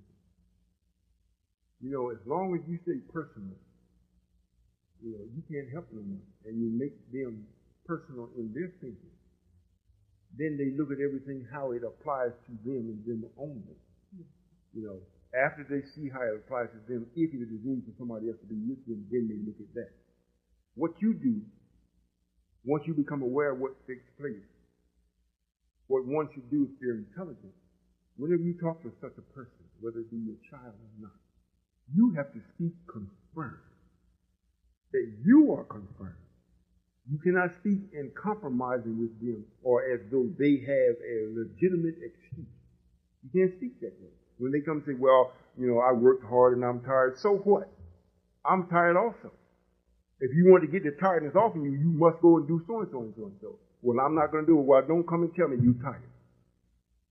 And if you're going to stay in my house, don't do things that you're going to break the law if you stay in my house. If you're not going to go to the temple, or you're not going to deal with your brothers and sisters so you can become sharp or whatnot, well, then you play like Casper the Ghost. The least I see of you, and unless you make any ruckus in the house, whatnot, you may stay. Just for the opportunity of maybe you seeing the light and returning. However, this is the place. And there is no compromising when it comes to this. You must be that way. Now, if you're going to be personal, this is my son, and I would like to see my son really make it. It's like your concern about him being saved is more than his. So it's like, well, now, mom got enough faith to save me and her, so I'll go on off and do this. And in fact, that's not the case. You ruin him like that. When he comes, you ask him, well, why aren't you going to the classes? Well, I've lost interest. I don't see anything happening. I don't see nothing going. Did you look? Well, I don't like the way they talk to me in class and whatnot. Well, what has that got to do with it? God don't like you. You promised to be with him. Now where are you? You have to be firm. I'm not saying be mad, but you must be firm. What did they say about a hypocrite? Not saying that your son is a hypocrite. However, I'm saying this as a principle. The lesson doesn't say strive hard. It didn't say be casual about it. You know, if you're going to be an example and you're requesting of him an answer for his actions, then he must know that he's answering someone that has the right to even ask the question. If you're going to be mealy-mouthed about it and try to see kind of way and try to beg him, well, you should go to the temple. That's the place you should be. You can't speak that way. You know, you might have to get crazy a little bit. You know, look, nigga. You know, if you, I'm calling you a nigga because that's what niggas do. If you're with Allah, back where you're supposed to be, you're coming out of niggerhood. You're being a man again. But if you're going to slip back willingly for some work or some money, or because you don't like something that's in the house, the intelligent brother goes and get a house of his own with the blessing of his mother and father. He don't just up and leave as though you were nothing, and that's where he was staying all along, unless you drove him away with that type of attitude. If you did that, then you reap what you sow. If you didn't, then he's in error. And you speak confirmed with the law, and let him know you don't submit to no one but Allah and your husband, or your husband and Allah. He ain't neither one. So if he wants to be with you and receive what Allah got for him, there are certain things he must do. If he's not going to do it, hey, don't come to you. You're not allowing no one. And this is why I came up and chose what I wanted to speak about, of being persistent, almost to the point of being redundant. You know, if you don't stay up with this, like I said, it's like the sperm in the womb of the mother. You can't see it. Matter of fact, you don't even see it when it's being injected from the father in the mother. The eye don't never see it. You don't see it. You only see it until after it's born. You see evidence of it there. But you never see it. It's no different with this. If he feels as though, well, ain't nothing really happening, hell, I may as well go on out in the street. He's not looking. The greatest thing that ever happens in the unseen. I, as being Allah with no negative, came through the same process that the original Allah set up. I came from a man through a woman, and you're looking at me. You see? But in the beginning, no one saw me. I served in the nation like any other brother. In the nation. I started off here in Brooklyn, 7C. Went to Chicago and drove long distance trucks and did many other things. They're watching everybody. Nobody knew it was me. So they did whatever they wanted to do in front of me. I'm looking right at them. You see? So that's where you have to be. It's right to be concerned. But it's right to be right. And then if you speak to him in such a way to let him know there's power in being right. You're his mother, and you have time and evidence and a gathering of facts and knowledge to know that he's in error. And when you speak, you have to speak that way. And if you don't accept it, forget it. Don't chase it. Because what you have spoken, Mr. Bobo, the white man, will bear you witness. He's going to come back, mama, So when the white folks finish putting it on you because they don't like you, know that. You don't have to worry about it. You might say a prayer. Ask that Allah open his eyes. I'll do it if he wants it. If he don't want it, well then I'll just note your prayer. I got it in the book.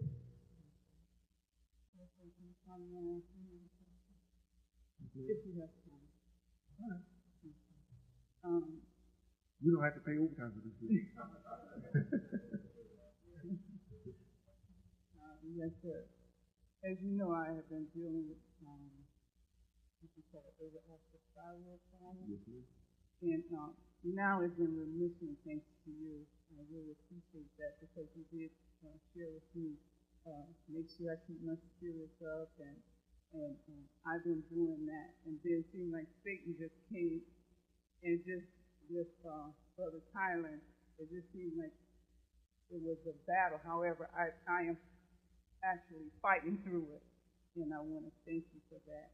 And then the question I want to ask you is based on just the overactive thyroid, which is where it affected the skin. You know what discoloration is the skin. When they put me on medication, the medication did something. I don't know exactly what it did. However, it was swollen up the glands and everything. And once you share to make sure I keep my spirits up and do what you asked me to do, which I did. And when I went to the doctor, they said that I was in remission. And that's when I said, well, all praise be to you, Father. And I want to know what could I do as far as the skin coming back to this master. You still taking the medicine? No, sir. Just leave it alone. That'll happen. That will happen on its own. You know, don't even think about it. You know, you keep on staying in the spirit. I thought about you about 3 weeks ago. Yes, sir. You know, I thought about you and I got really happy, and I also got a little disappointed. Because, you know, you and your husband could be so much further ahead. I mean, so much further ahead.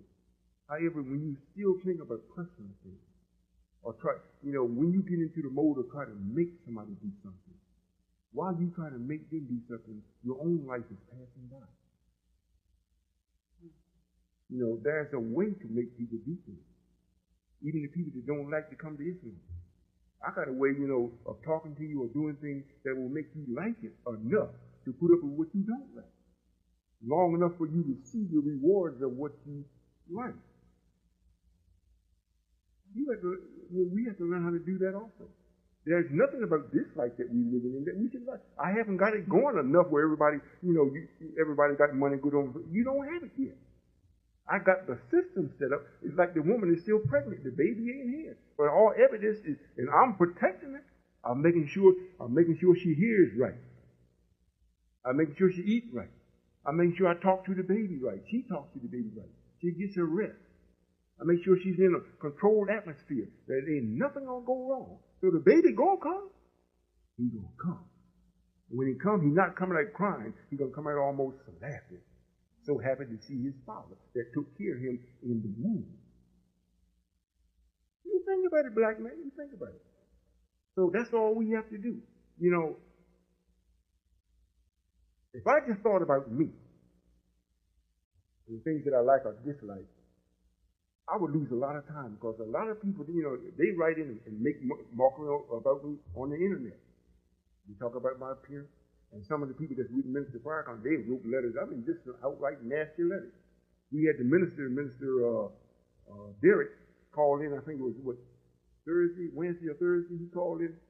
He usually called every once in a while to Temple number 4. Asked them, do they have any tapes from me? And then, you know, any knowledge right, Solomon and whatnot. And the brother told him a whole bunch of lies. Yes, we know about Solomon. They don't believe, he don't believe, him and his followers don't believe in the messenger. They don't believe in the teaching. They have boyfriends and girlfriends. They don't go by the restrictive laws. There's a whole bunch of lies. They didn't know who they were talking to. Now, I don't know how many other people that has called in thinking that they were getting me and asked, and they said the same thing to them. You see? So when he called and told me this, if I wanted to, the first thing comes in my mind, I should strike that brother where he can't even speak.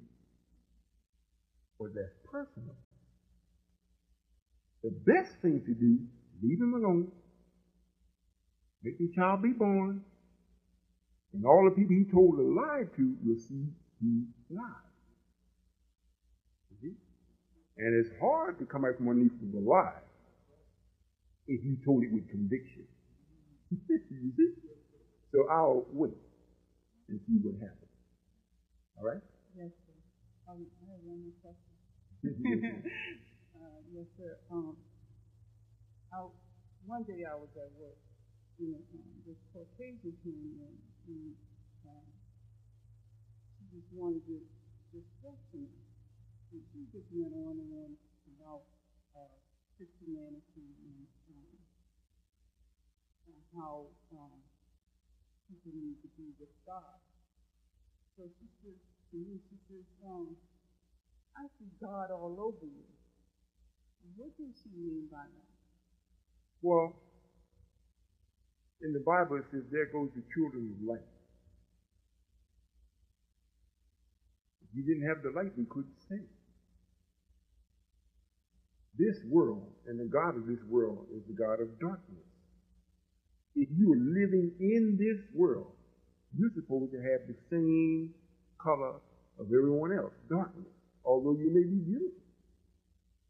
You got Maybelline on, you have to accentuate your beauty as they say. Really, you be wearing the world. So then they would expect you to be, if there's anything righteous about you, it would be Jesus Christ.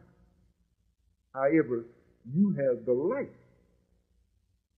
So what they're saying in so many words, God's got to be with you. And how so? Because what we teach don't produce that kind of light. Every place I go and take my wives, and like I said, I stand back and watch them. People like follow, they just look. We stopped this morning, got some tea, went in the restaurant, and I sent them in before me. I called up and see what was going on in headquarters, whatnot. And I walked in, they were telling me how the people looked, and I walked in, they were still looking at them. They didn't see me. Then I walked in, it's like, oh, somebody is with them. Like they couldn't identify how they got to be like that. They didn't see no man. Then I walked in like a relief in my, she's there with him. But just to see them out, the way they look, and it wasn't because they had on white. It's because of what's in them that's coming out. They have a freedom. They have a knowledge that will give them freedom. They know nothing can happen to them. I don't care if we go in, get into bed with Satan. Tell him, look, man, get over. I'm tired. We don't say, oh, well, Satan is there. I just can't do that. Oh, no. He in your bed. So if you need his help, hey, you got to get over. He don't ask you to get over. He just come and get in. Am I telling the truth? Other words, I'm saying you might can't find a bed to get in. If you were going to a house that everybody says is a wicked house, a dope house, or a prostitution house, and you needed some rest, and that's the only house, go right on in, be respectful. I need some rest. Well, do you need somebody to sleep with you? No, that won't be necessary. Well, in order to sleep in this house, you must have one of the sisters or the women to sleep with you. And you must pay $25. Was that for all night or how long? That's no more than a couple hours. I need like 4 hours. That'll be $50 for 4 hours? Yeah. All right, here's the $50. Now, which one you want? Whichever one you want to come. Don't give me the other one. And go on in the room and say, look, babe, I'm going to sleep. Don't touch me. I've already done paid the price. Now, if I wake up, you ain't here, I want some of my money back. You God. I had a sister tell me, I said, am I kidding you? No, sir. Sister told me, I was staying at the place, keeping it for her. Matter of fact, it was written in the book that we would be doing this. She came up and was telling me all these kind of things and whatnot, how men chased her and how beautiful she is and whatnot. Listen, I know what she's saying, but I don't never bite that. I don't chase nobody. You know, yeah, you look good. You look good. And I give thanks that I got something good to look at, not touch. So don't think that I'm enticed from your look. So naturally, everywhere I go, I got a house full of people. You know, you come to my house, you be looking for, what's it on there? It's the floor. All the beds is taken. She used to come on just like every other weekend. She would come up to the place. While she wasn't there, I used to sleep in her bed. This particular time she came, I had some other people there. When she used to come, I used to go sleep in another bed with one of my sons. This time she came, all the beds were full. So I'm sitting in the room looking at TV with her bedroom bed. So I got time for go to bed. I said, well, I got to go. She said, well, now, if you can behave yourself, you can sleep in the bed with me. I said to myself, what's this? I said, if I can behave myself, yes, then you must behave yourself. I couldn't wait to get my clothes off. I kept my shorts and pajamas stuff on. Jumped in the bed and went to sleep. Like 3:30 in the morning, she's supposed to leave at 3 o'clock to get back to Washington, D.C. 3 o'clock in the morning, she's waking me. I woke up, I said, yeah. I can't sleep. I looked at the clock, I said, well, it's time for you to go, isn't it? No, I wanted, for real, I wanted her to see, and I didn't want her anyhow. Now, I mean, not that she was repulsive or whatnot, but I wasn't there for that. Anyone that I have, it's got to be mine for me, not because it's available. She didn't know that. So it's like when she told me that, to me, like it was an insult and a challenge. I want to show this woman, they may have chased after you. I would sleep on top of you, ain't nothing going to happen. So now her back is hurting. She want me to rub her back. I rubbed her back. And I see her getting all sweat and everything. I rubbed her back and everything. So then she laid there. It was 5 o'clock before she had to go. I never touched her in her private part. I never touched her in no such way where she could say that I was lustful. And I slept with her all that night. I slept. I wasn't awake and active. Then she got mad and said I was slow, didn't know what to do. I was pleased with me. You see, I was pleased. So if you are invited and that's something you need, you don't take no condition like, well, you can't, and if you're weak, don't do it. If you know that you God and the devil going to challenge you, and you know you God, hey, you got the time, take the challenge, smack him around, get up and leave. Maybe I couldn't say that.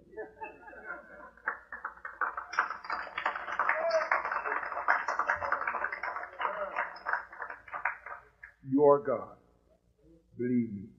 And the black woman today thinks that she is.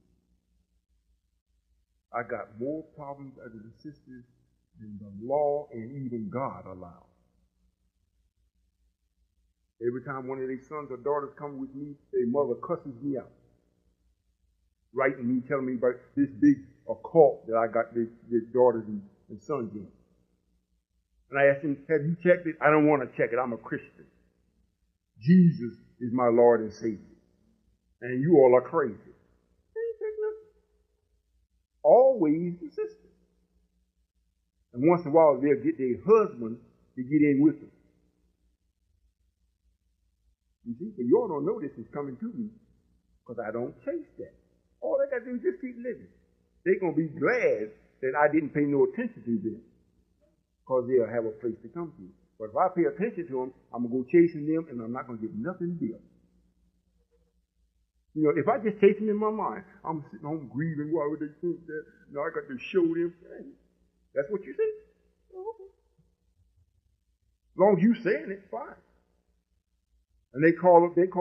One place, the mother kept calling so much, the sister wouldn't speak to her mother. The mother thought we were kidding. We kept telling her, "Why don't you talk to your mother? Get this weight off of us." I don't want to talk to her. So I said, "Look, you tell her that I said talk to her mother. We're getting sick of these calls." And when the mother called, she got through one. No, she called her mother back and told her mother, "I ain't in no call. I don't want to talk to you." Just laid it on the mother. Just laid it after on. Now they begin to think, well, maybe it's not in a call. But they think we stopping it. You see what I'm saying? But it's mainly the sister, because there's no way in your mind you think that God can be a black man, especially with no teeth. Can't be God.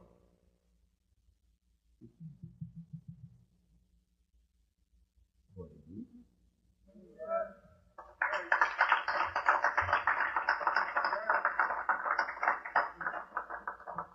I'm saying all this, Connecticut, because we must be repetitive. We've got to keep doing this until we have reached victory. Victory is within you. I've already reached it. I got a planet of my own already developed in my own universe. So I can leave. And you can't follow me. I can come back at any time and see you in your misery and increase it if necessary. This is God talking. It really is Allah. Regardless of how it may not seem that way, it is. And I'm not saying to try to fool myself to think it is. I would really be a fool if I tried to do that. Because there's too much knowledge. And too many opportunities for failure in that claim. If you've got any type of righteousness in you, all you got to do is just look at me. If you really look, I don't mean look at what kind of suit I got on, but if you really look, if you can get a glimpse at one of the eyebrows or something, it'll let you know this man is for real. For real. Like the minister told me, I'm convinced that you are convinced. Is there anything else? If not, we get ready to go. Thank you very much, Father. Yes, ma'am. Thank you. Walaikum salam. I appreciate you all coming out. Like I said before, get the tape. Don't stop. Make sure that you keep your studies up and go through your lessons again. You start going through the actual facts. Go through your general orders. And remember your student enrollment. And the ones of you all that have not yet accepted, just talk, period, about everyday things that you're in to the ones that are already with us. And you'll be surprised how you can think and how what you think is big is not big at all. Just do it. Don't wait for me to come and do some miraculous thing. I'm already doing miraculous things. I'm already doing it.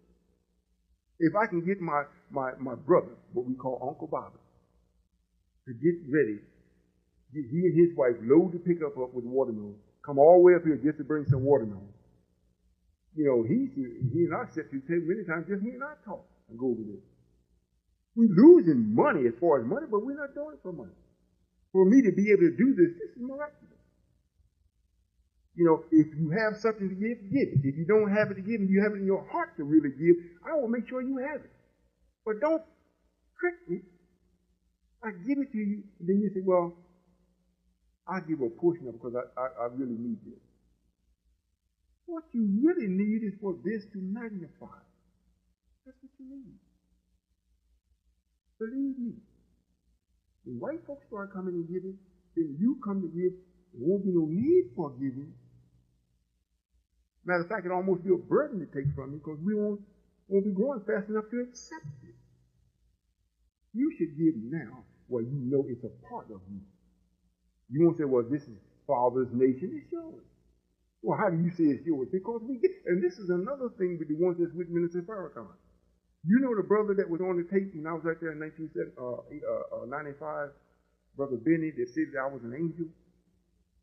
About a couple of weeks ago, he came and said that now he sees what the minister has done. He's highly upset with the minister because the minister got rid of all the ones that was with the messenger because they knew, and got everybody with him now that don't know. So now when we speak up and say, well, yes, the nation of Islam should so and so and so and so and so and so, they get up in your face, well, Minister Farrakhan this and that. Man, forget Minister Farrakhan. I worked just as hard for this as he did. You know, if you got the farmland, why ain't it producing? If you got the trucks, where's the driver? If you got the temple, how come we can't go there and be like, where's everything? So if we talking that he don't have it, I got a right to say it because I was there and went through the hell to help get it. You didn't do nothing. Come up, you ain't got nothing, and you stand in the way to make sure we don't get nothing. However, there's a God on scene. He owns it all, and also you. So you either get with it or you don't. So I'm going to let you